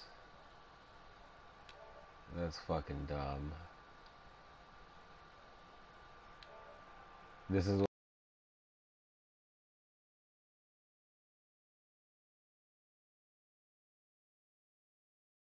you get a blueprint for the hazard protection unit even though you have it in your inventory. Like that is your suit. You cannot take your suit off and rebuild your suit. So why am I getting like a blueprint for it? Is it a troll? Like, are they fucking with me?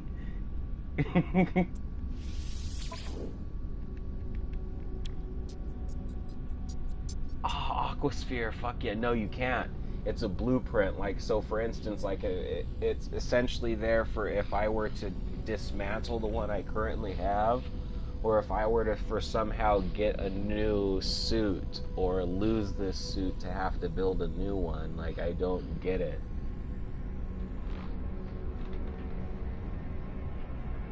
I could only assume that there was like a feature where you could either build a robot companion, or you could build different suits that were like cosmetically different when there was multiplayer at some point. And like you'd have to install that into there once you built a different suit. I'm not sure. Or maybe somewhere along the lines it'll come into play, like when you build space stations and stuff like that. I'm kind of at a loss of words for it.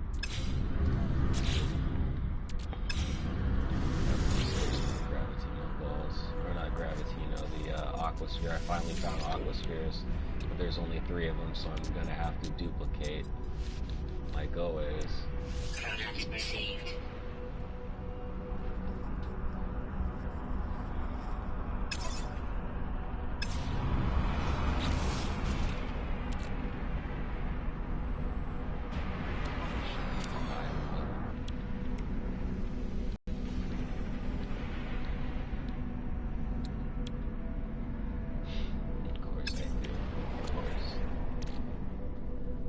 Space to duplicate. I'm not even gonna fucking bother with it right now. I'll find more.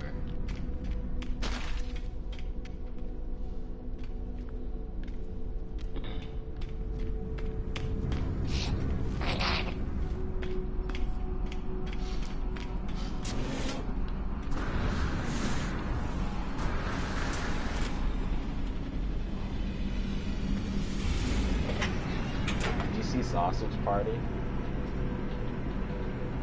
Dude, it's fucking funny. Yeah, I do.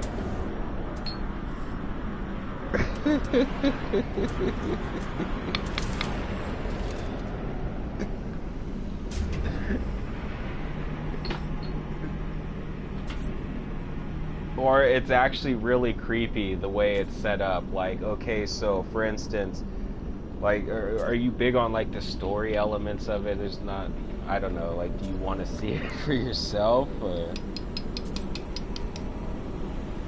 your thing?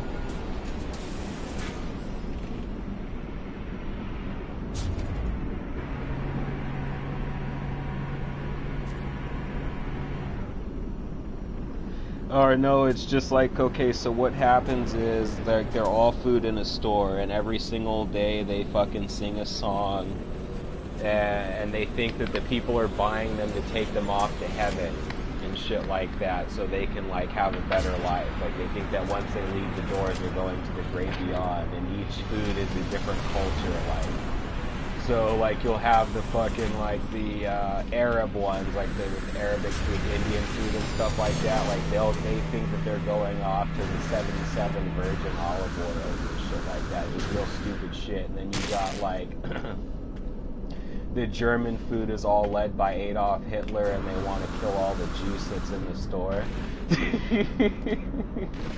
Yeah. And then the hot dogs are packaged next to the buns, and their whole goal is to get out of their packaging and fuck the buns.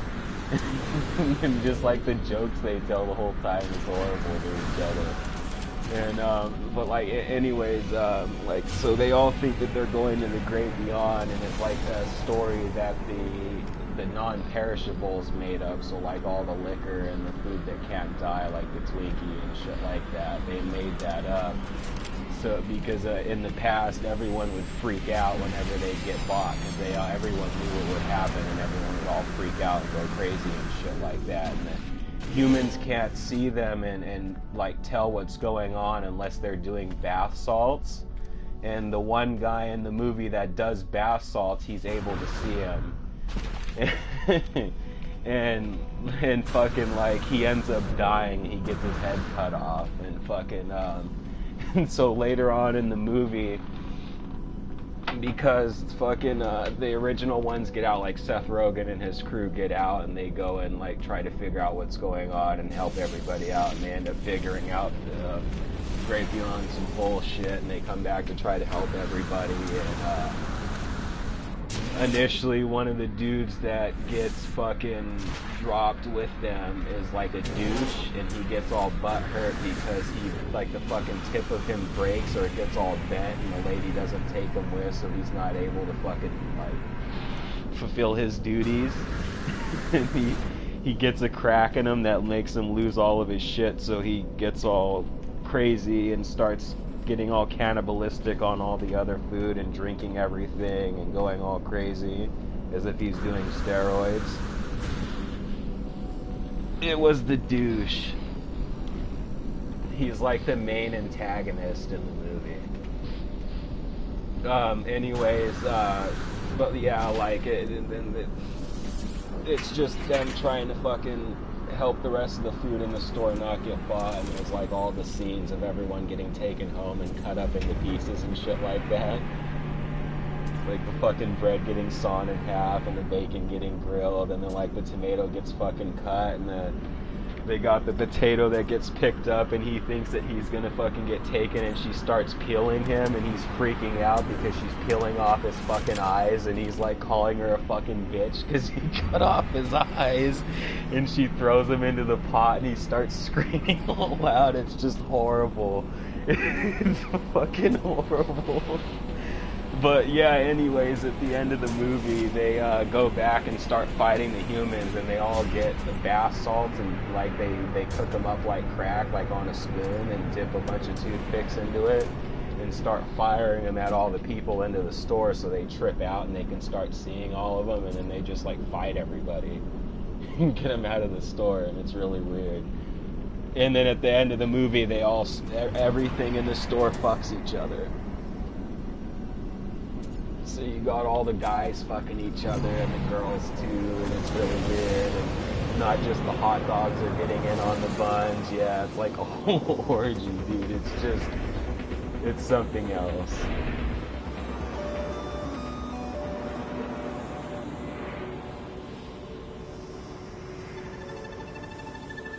But I did think the most interesting part was when the food was getting all cut up and they were freaking out and shit like that. That was pretty cool.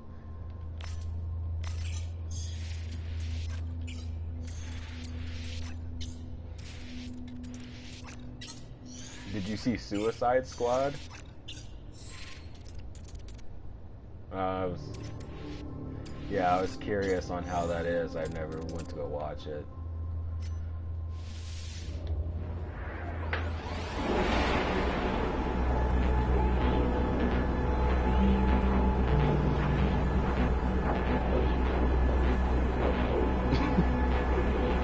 What the fuck? Isn't he like the main character? He's supposed to be like the main person they advertised for the movie.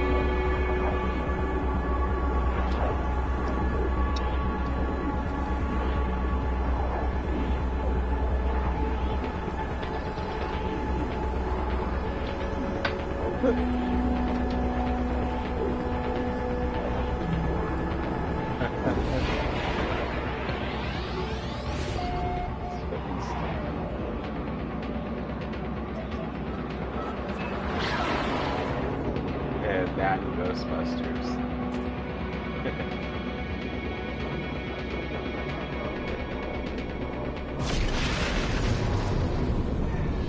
to the point where they tried to rewrite everything, and like to where all the girl ones were the original Ghostbusters, and all the other people were like they had nothing to do with it. They weren't canon in that universe. And Bill Murray and the people that did come back for cameos, they weren't even referenced as the original Ghostbusters. They were just off the wall characters.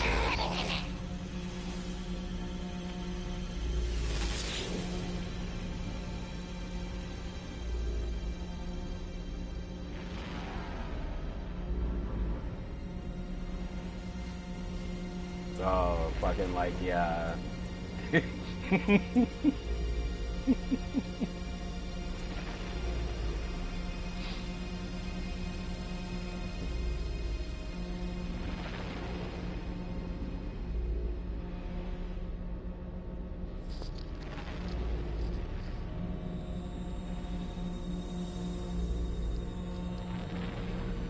I really want to see Deadpool. I haven't gotten a chance to see that yet.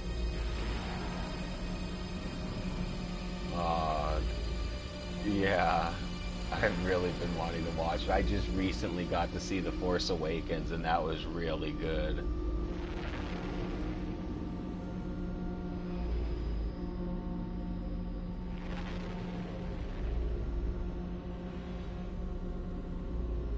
And then the original Deadpool that he was in with X-Men Origins Wolverine, they make fun of that too.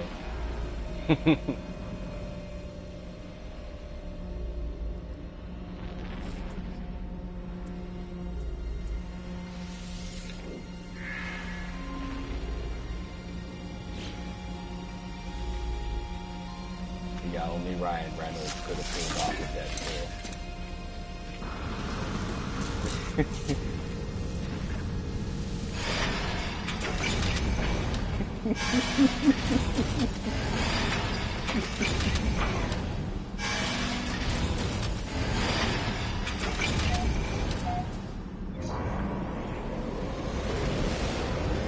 Yeah, I know. I love watching, especially shit like Blade and things like that, where he's talking shit.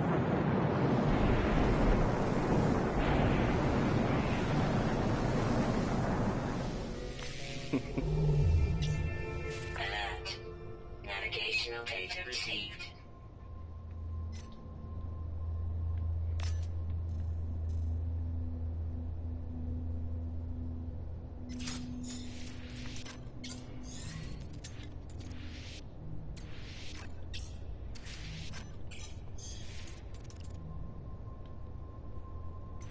Oh, my hyperdrive has no fuel. Of course it doesn't. Shit.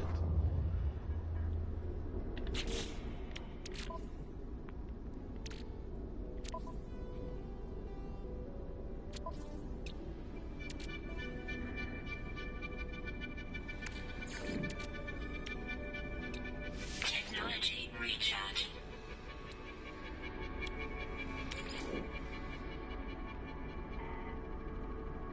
Technology recharging. Technology recharging.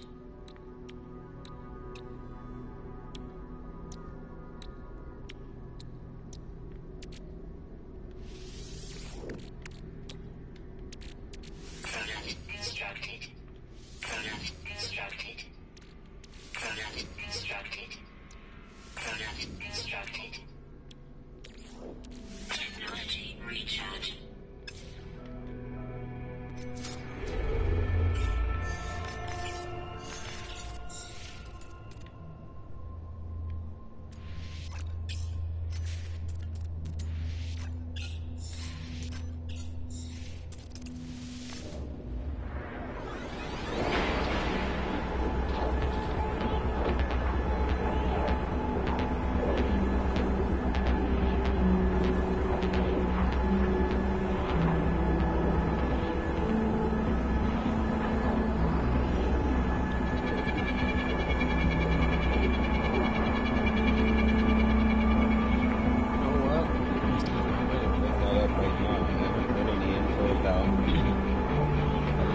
Crash Bandicoot remake since E3.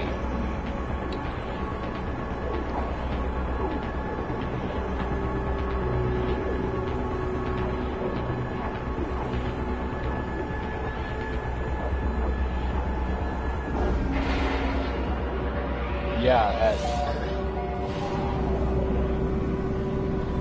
at E3, the fucking president of Naughty Dog or Sony or whatever straight came out on stage as he announced Skylanders. That Crash was going to be in Skylanders. He said that they were going to be remastering Crash 1 through 3. 1, Cortex Strikes Back, and Warped from the ground up. For PS4 graphics and everything, they're going to be remastering the entire trilogy. Like remaking it, not remastering.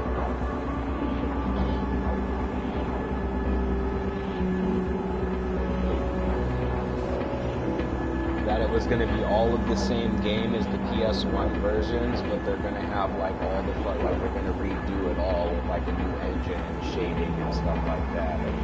Like kind of similar to a video that they have online of some fan that went back and took the entire game and Warped and ran it through Unreal Engine 4, and it looks really cool. Of course, the animations are really clunky and stuff like that, but like the overall graphical quality of it is amazing. But they haven't said anything else about it since, and they haven't given much info or showed any screenshots or anything like that. I'm really excited for it though, because Crash has died, and I have all the rare games that Sierra's put out before they fucking closed down themselves, and even the Spyro games before he got sent over to Skylanders.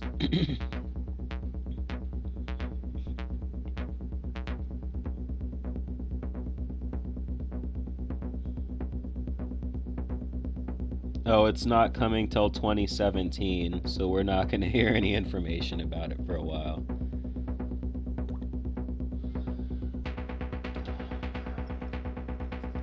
I think Sierra was the last people to have the rights to it, or the rights to be able to like make anything for it, Crash and Spyro, and then they got shut down, and then whoever owns Skylanders bought the rights, and they have it now.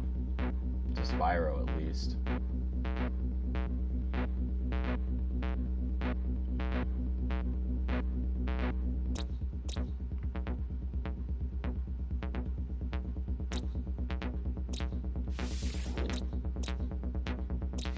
Units received.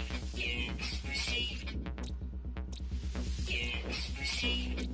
Units received. Units received. Units received. Units received.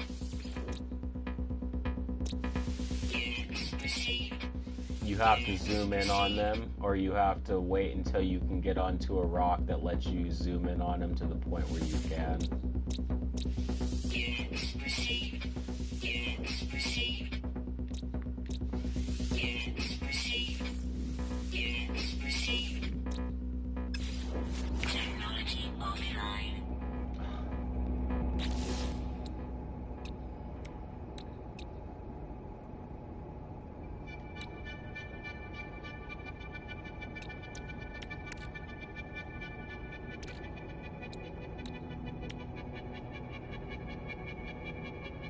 Technology prepared.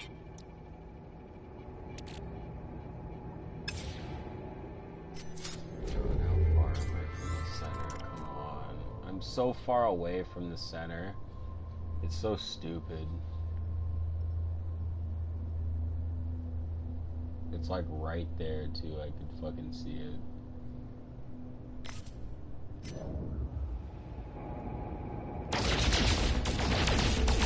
And there's 11 galaxies. That's the thing. Someone's already gotten to all 11, which is baffling.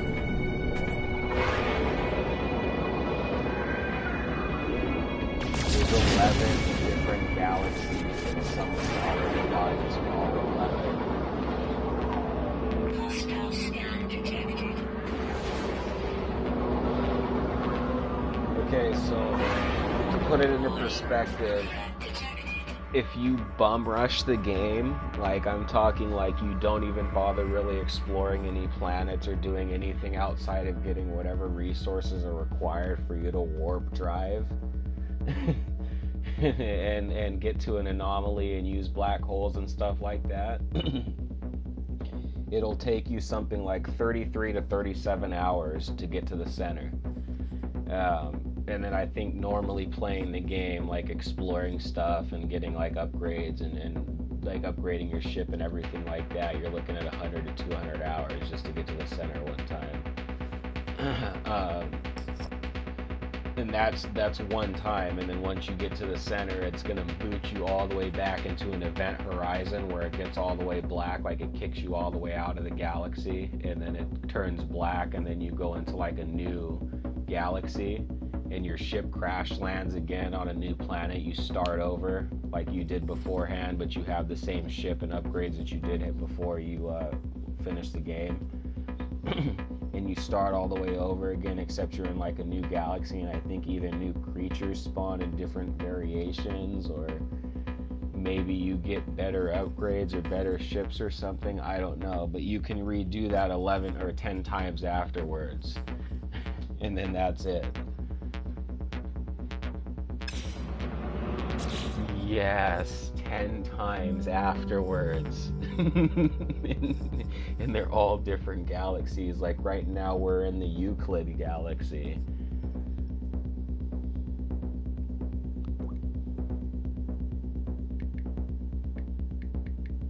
It's 330 hours.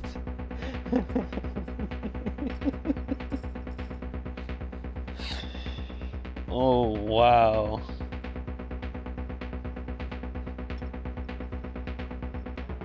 That's dedication to your craft. Hostile ships approaching.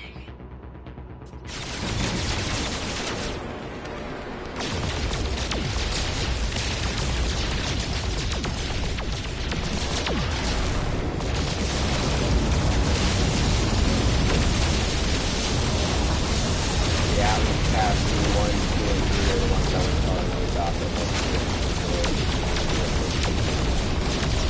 The first Atlas Pass will get you into the first door that lets you buy your exo upgrade, and around the map you'll see like canisters that you can open up, and the canisters that are sitting around areas that you can call your ship will always have suspension fluid. And then the other two Atlas passes, I don't know what they open up. They must have different kinds of upgrades or something. Because I only have one.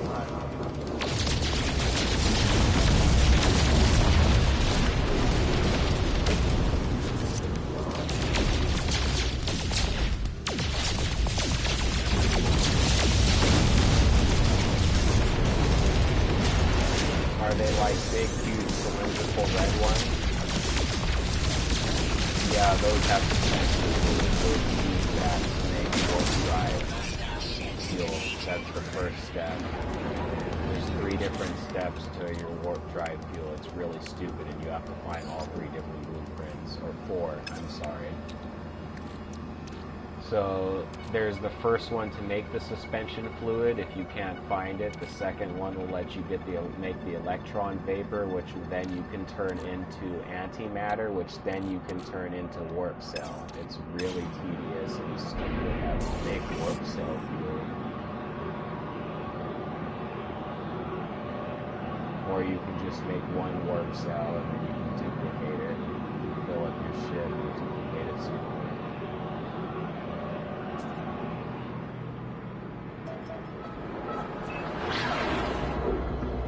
Yeah, a Gragra is a trading commodity. It's not going to be used in anything so far. Anything that I've come across at all my time of playing, so you should be good. Now, you might need it for a story mission, like as far as like if you go and you start talking to alien races for whatever species that belongs to, like one of them might require you to trade it with them or have one on you to show respect or something weird like that. I haven't come across it, but I'm not going to put it past this game if it's RNG.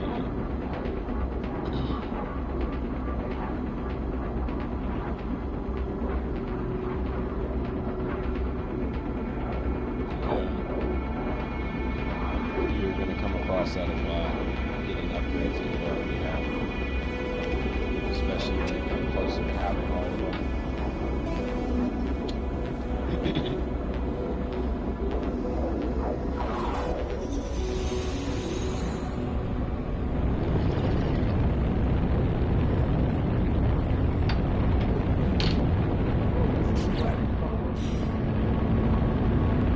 This planet's called Jan Hovi Ifak.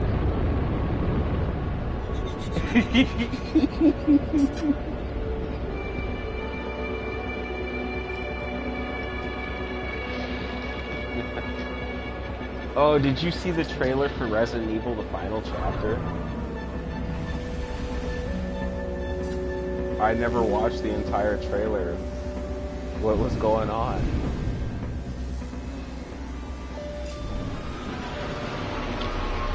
Oh, wow.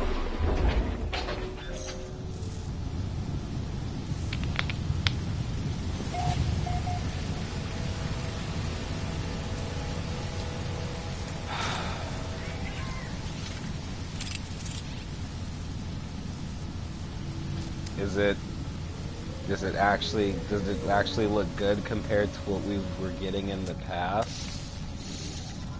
Units received.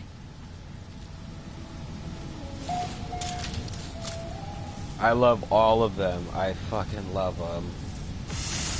But they really lost me with Afterlife.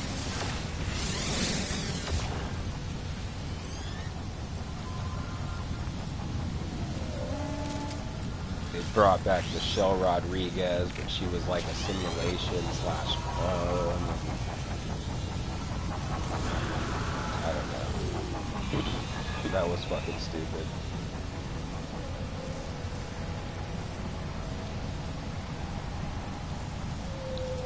I still will always appreciate the fact that we have them in movie form. Just like the Scooby-Doo movies and what else? That's live action, it's an atrocity. Hostiles approaching. The Super Mario Sentinel Bros. drones activated. With John Leguizamo.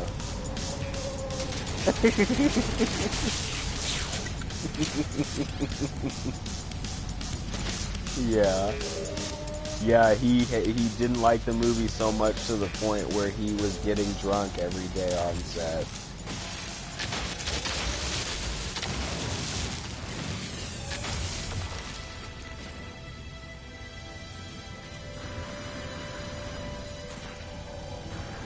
And the bob-ombs were like little teeny tiny crank-up toys. That was just bad.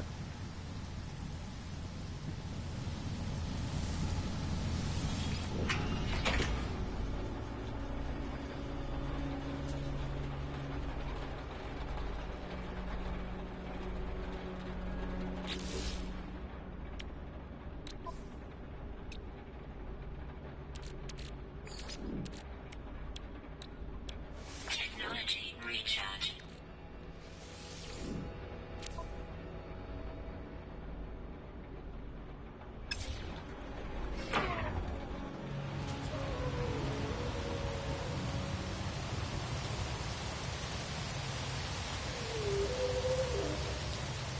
I hear like a whale type creature.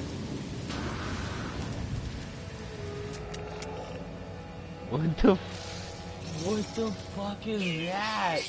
Holy shit, that's the weirdest looking thing I've ever seen in all my time playing.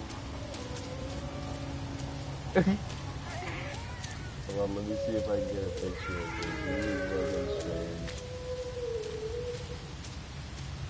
Look at this! Look at this thing! Hold on, I have to send a picture of this to you really quick. It's like one of those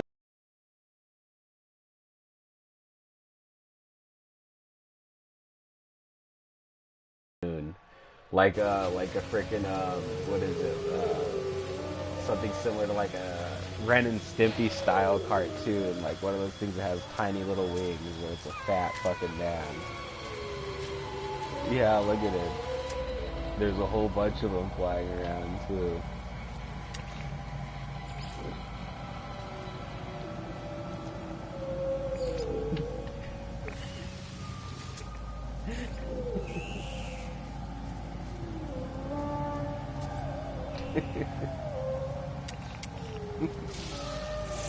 I found a baby one with the horn too. It's so cool.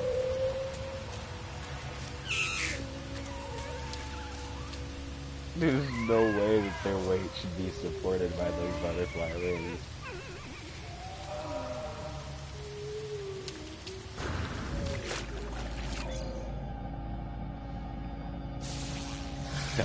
Oh, kind of fish.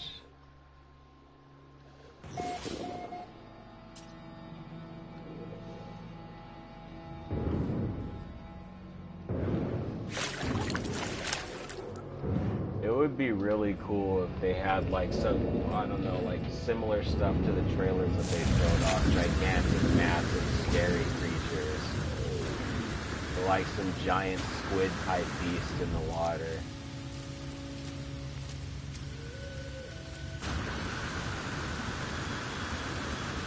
Yeah. Yeah.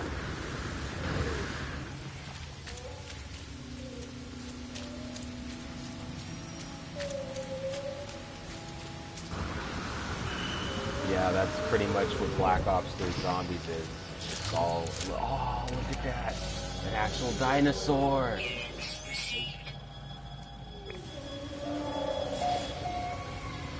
That's what Black Ops 3 Zombies is. It's all H.P. Lovecraft, Cthulhu mythology.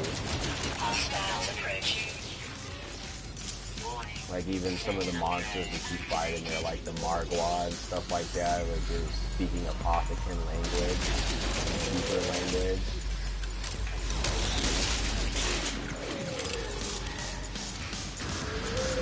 One of the guns that's like the Lord Zords or Arquea. And then one of the bows in one of the maps is the Craig Elite Lugosada On. So it's a lot of just really fucking weird mythology.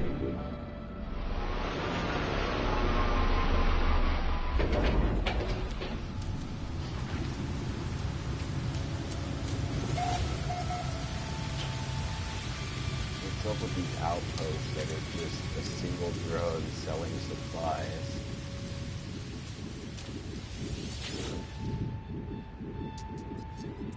Aquasphere, hopefully. Nope, no aquasphere.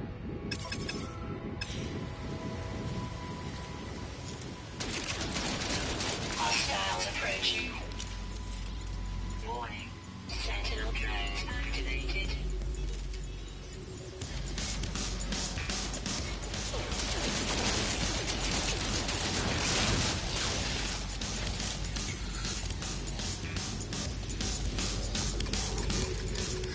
I hate how anytime you take damage, it's like instant red screen as if you've lost all your health.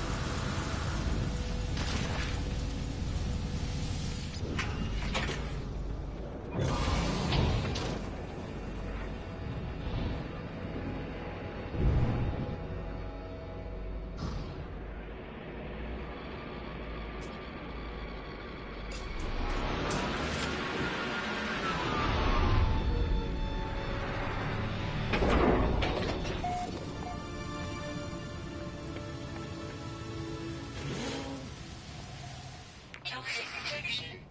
Stabilizing. Inventory full.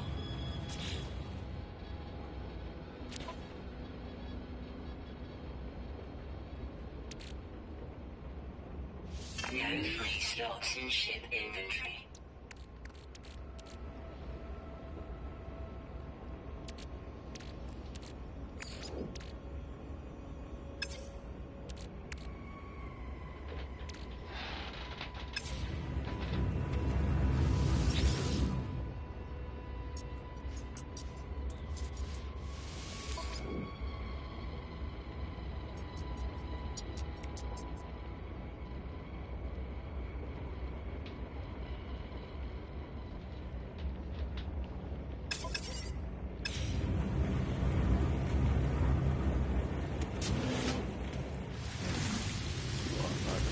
aqua sphere. Those are really hard to find.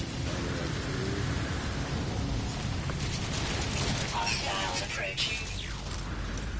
Warning. The final upgrade for my bolt caster so I can have homing shots.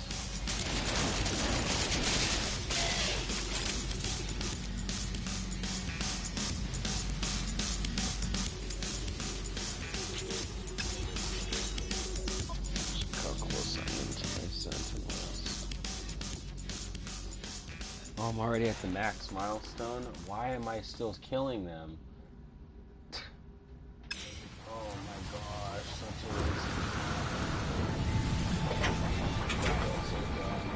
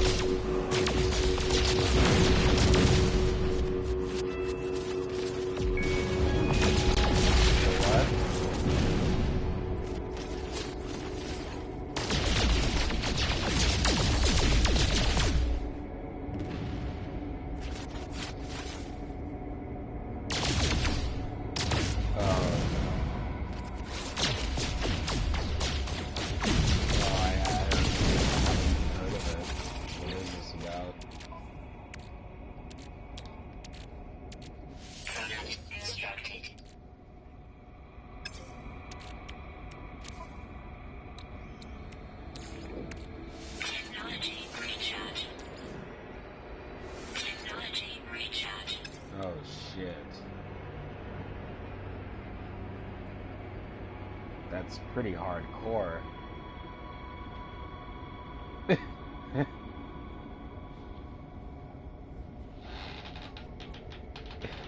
And Dark Souls is notoriously hard.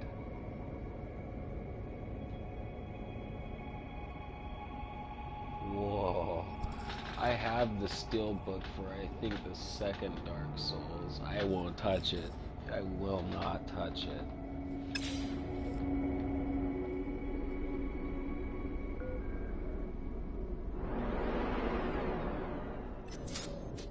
Isn't Bloodborne co-op?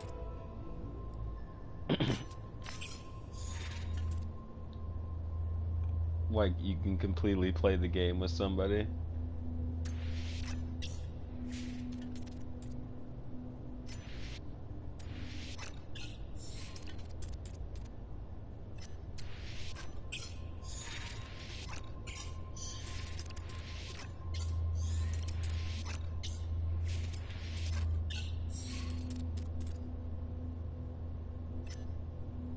Once that happens, how long can you play with somebody?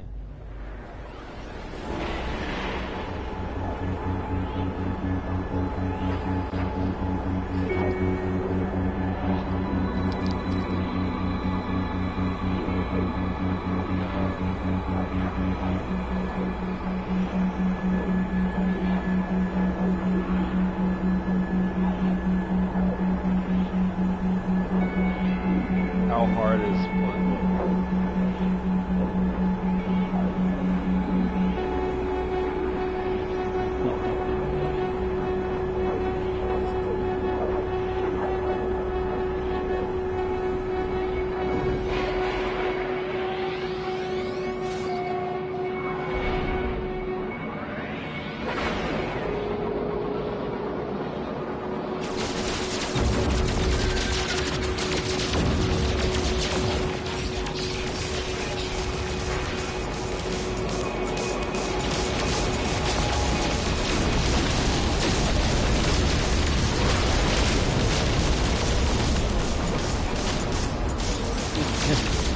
What do you mean, in scope or just difficulty wise?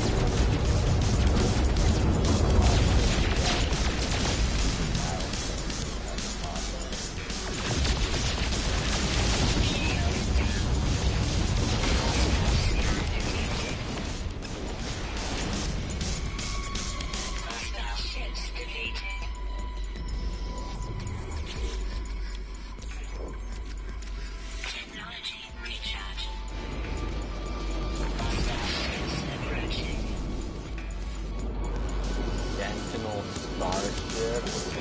Why do I have multiple starships on me? What the fuck? Holy shit, no.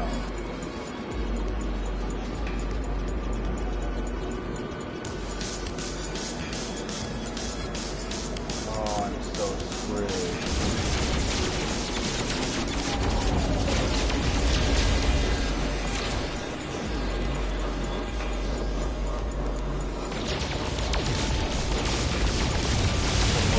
Life pack and Sentinel starships don't fuck around.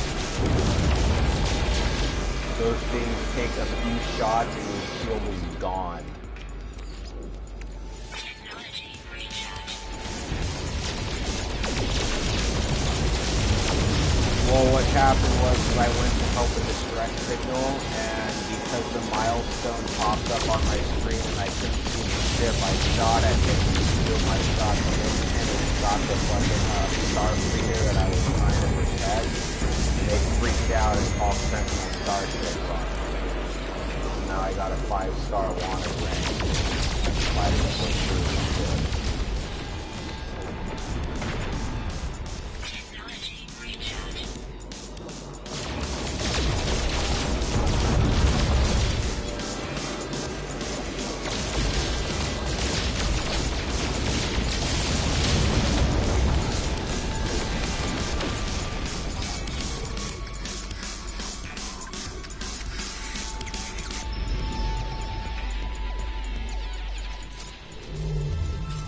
Done with that galaxy. It's too hostile.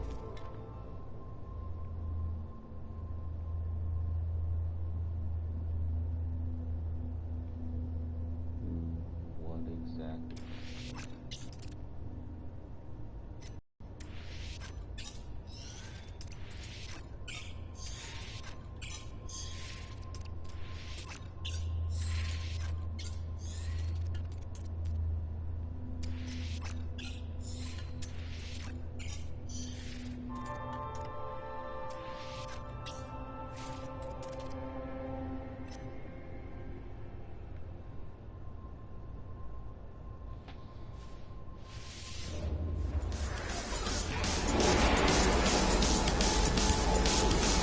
That was freaking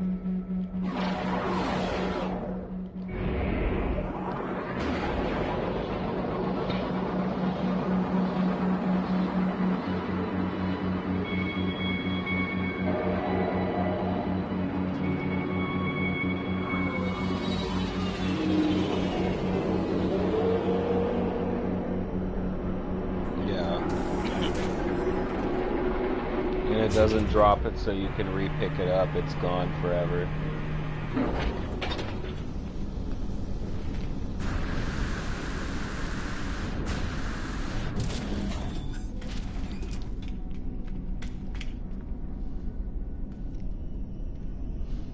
Very interesting looking place.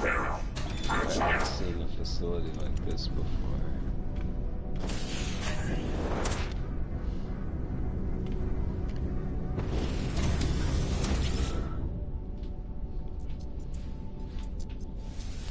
Aquasphere. So many Gravitino balls, but nobody has a fucking Aquasphere, I swear. I don't know where you find them. You would think in the water, but I've yet to see one in the water. Life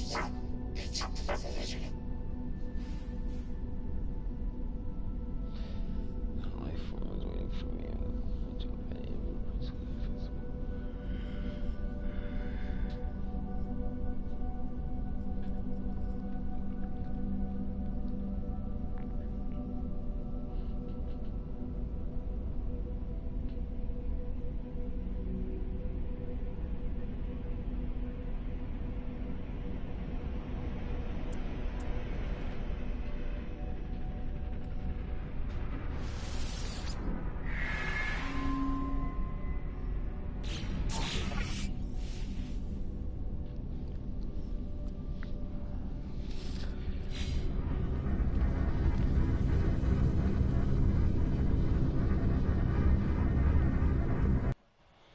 Okay, let me check my settings real quick.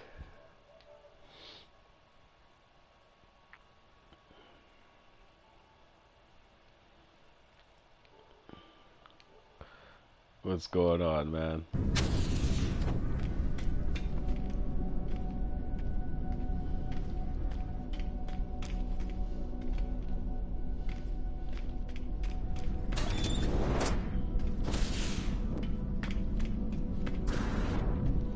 Is it still not letting you scan it?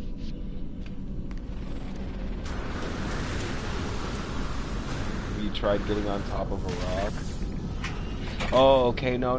What you have to do is kill it. That's the only way you're going to be able to scan it. Kill it, and when it falls out of the sky, you can scan its dead body.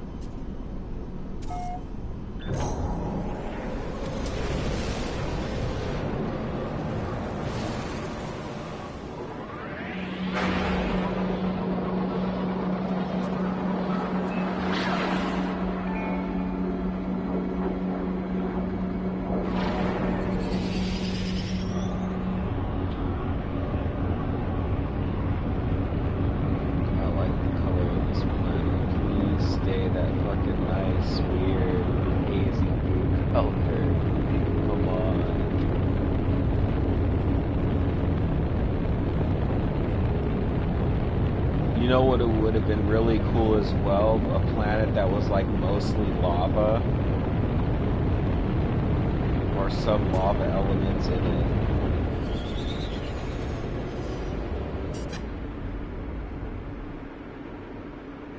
I haven't seen any of that. Any kind of lava elements at all. I would be really curious to see if there was in any way. There has to be something interesting in this ocean.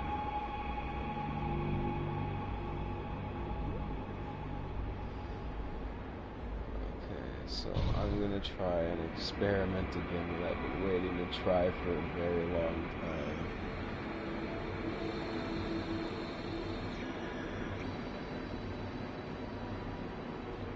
That's a little too easy.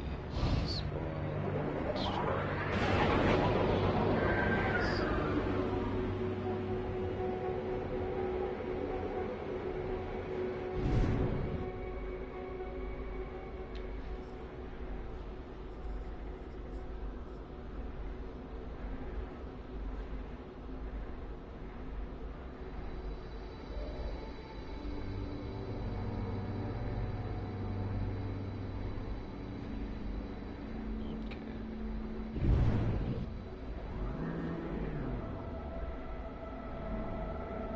You don't need to build ammo for any of it because once you run out of boltcaster ammo, your charge will be depleted and you just refill it with isotopes.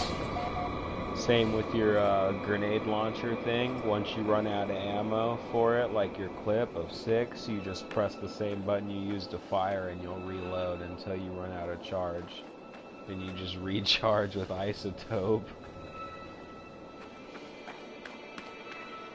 I'm gonna leave my ship on top of this big ass rock and jump off and see if I can get it back.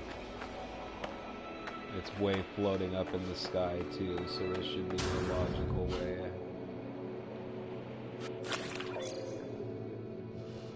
It looks so gorgeous down here in this water though, dude. Oh my god. Too bad there's no life.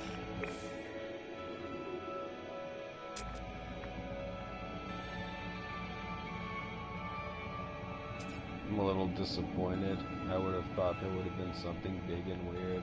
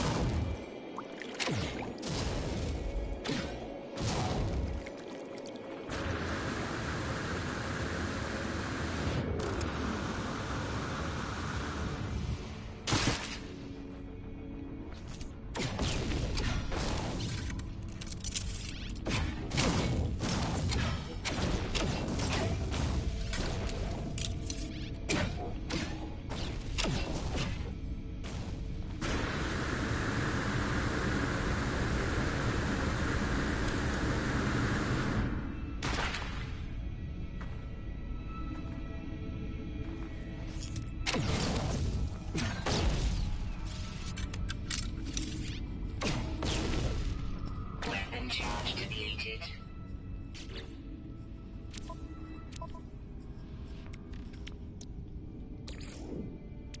Technology recharge.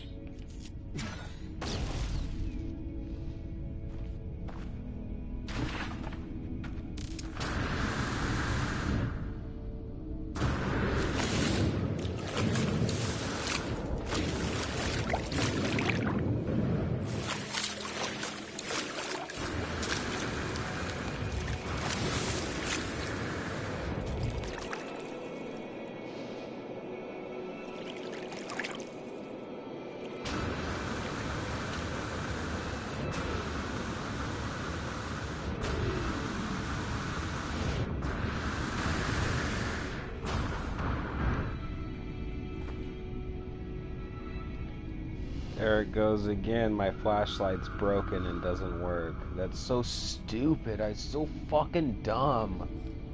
And it's so dark and I need it. Yeah, I know what you mean by you wanting to press the typical stick to run around, but for some reason they switched it and there's no option to switch it back. I wonder whose idea that was and why they thought that that was a logical decision.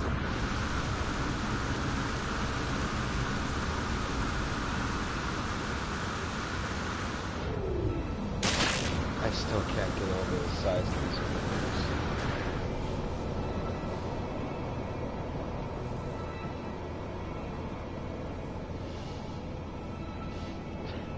The size of the craters that this gun leaves. It's like a giant worm is burrowing through the ground.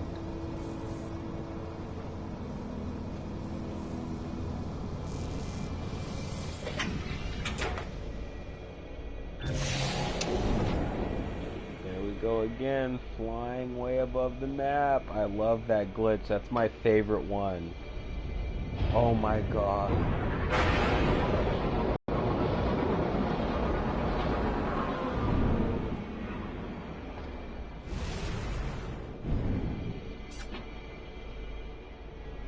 What the fuck? What the fuck? I didn't even do anything and it shot me back up into the sky. What's going on with this game? Oh my god. And I can't get back down into the planet. I can't. It won't let me. What the fuck, dude? It shot me back up even further.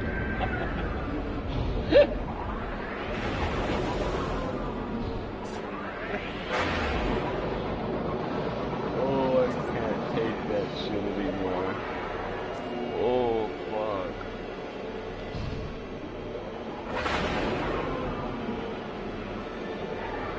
So, what I'm referring to is, when you land and you land really close to some like debris or something like that, like a rock for instance, it's a real tall pillar rock, and you go to take off again and you try to like turn as you're taking off or hold down the top bumper so you do like a barrel roll as you're taking off, the game will glitch out and it'll send you shooting up into the upper atmosphere like instantaneously. So instead of being in the spot that you were at and like launching properly, you'll instantly just be hundreds of feet in the air. And then what happened to me just now is I tried to fly back down, and as soon as I got back to the spot I was at, it shot me back up instantly and wouldn't let me fly anywhere. It was just really fucked up. And then I've seen sometimes to where like how the game randomly generates like bases and stuff. I've had it put them inside of mountainsides before to where I could only get to half of the base, or like areas where crucial upgrades were in, I couldn't even get to it because they were inside of a mountain. I've had one of them spawn in before where it forgot to spawn the door, so I couldn't even go into it.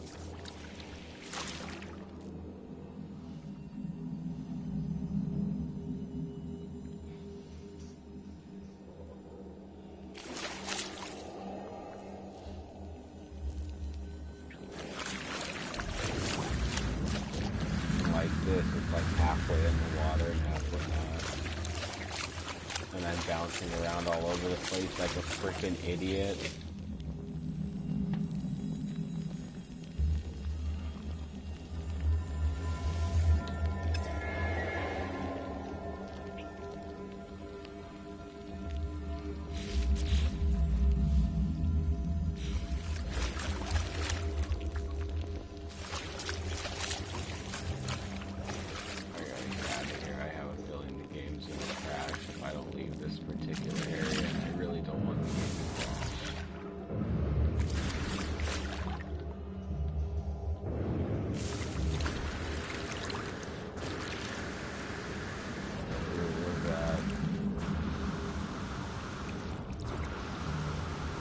Oh, a new inventory slot, okay.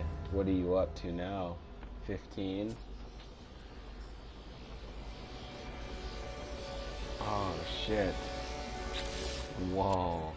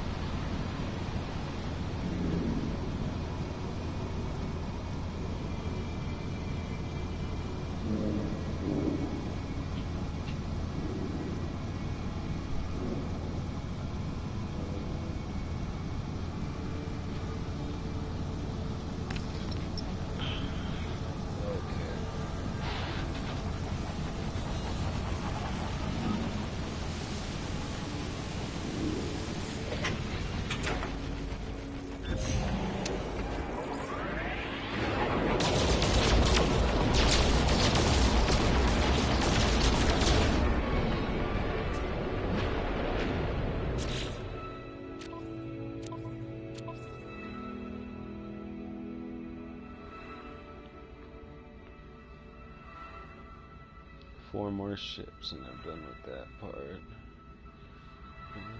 It's 2 more jobs.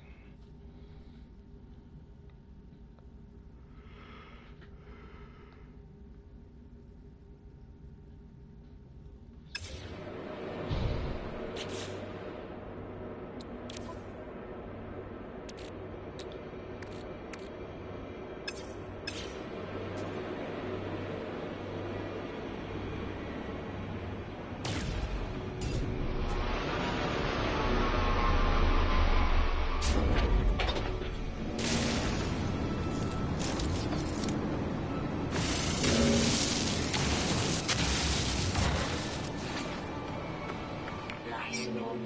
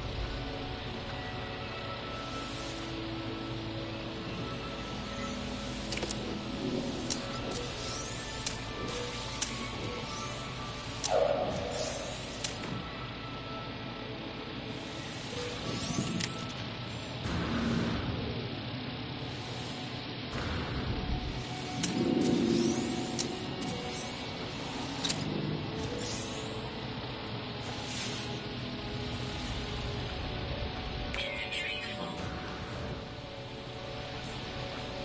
Inventory full.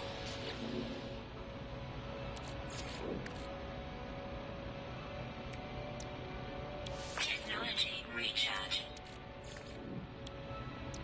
Technology recharge.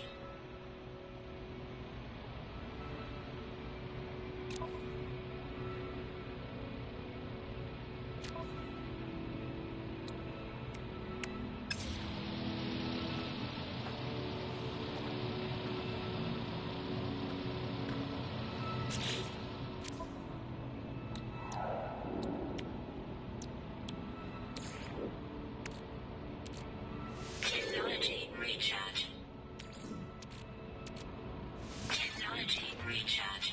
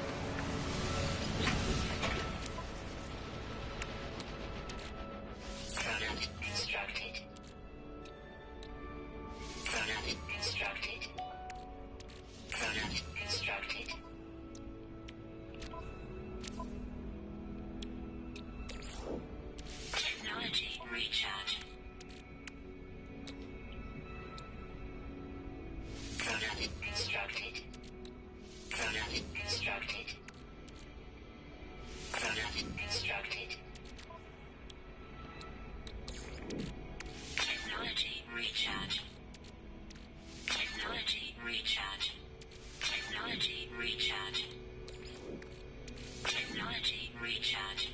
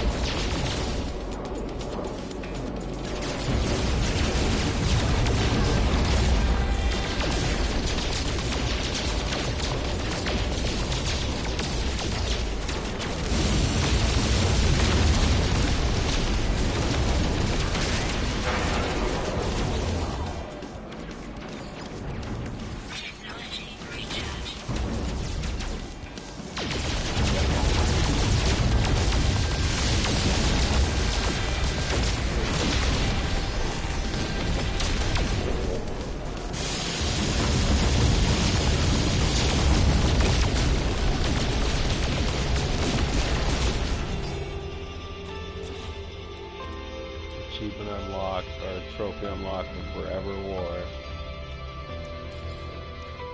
Technology recharge. Technology recharge.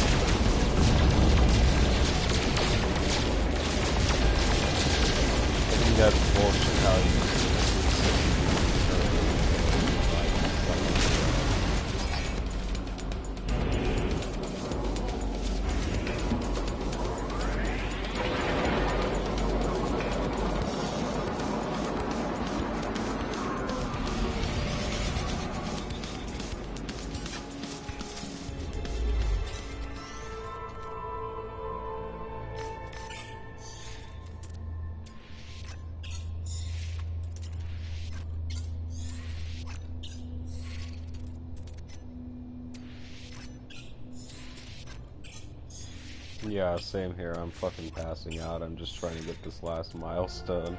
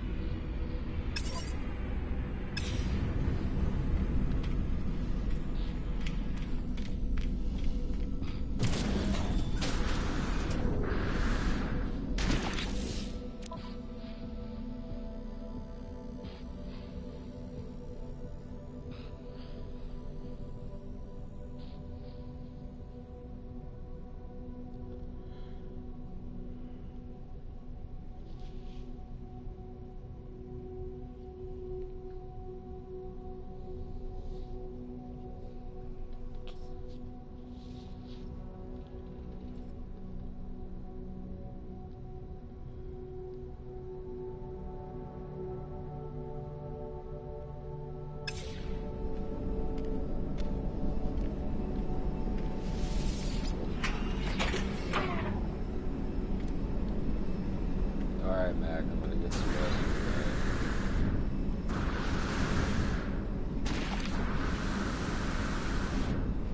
Alright, man, I'll catch you later.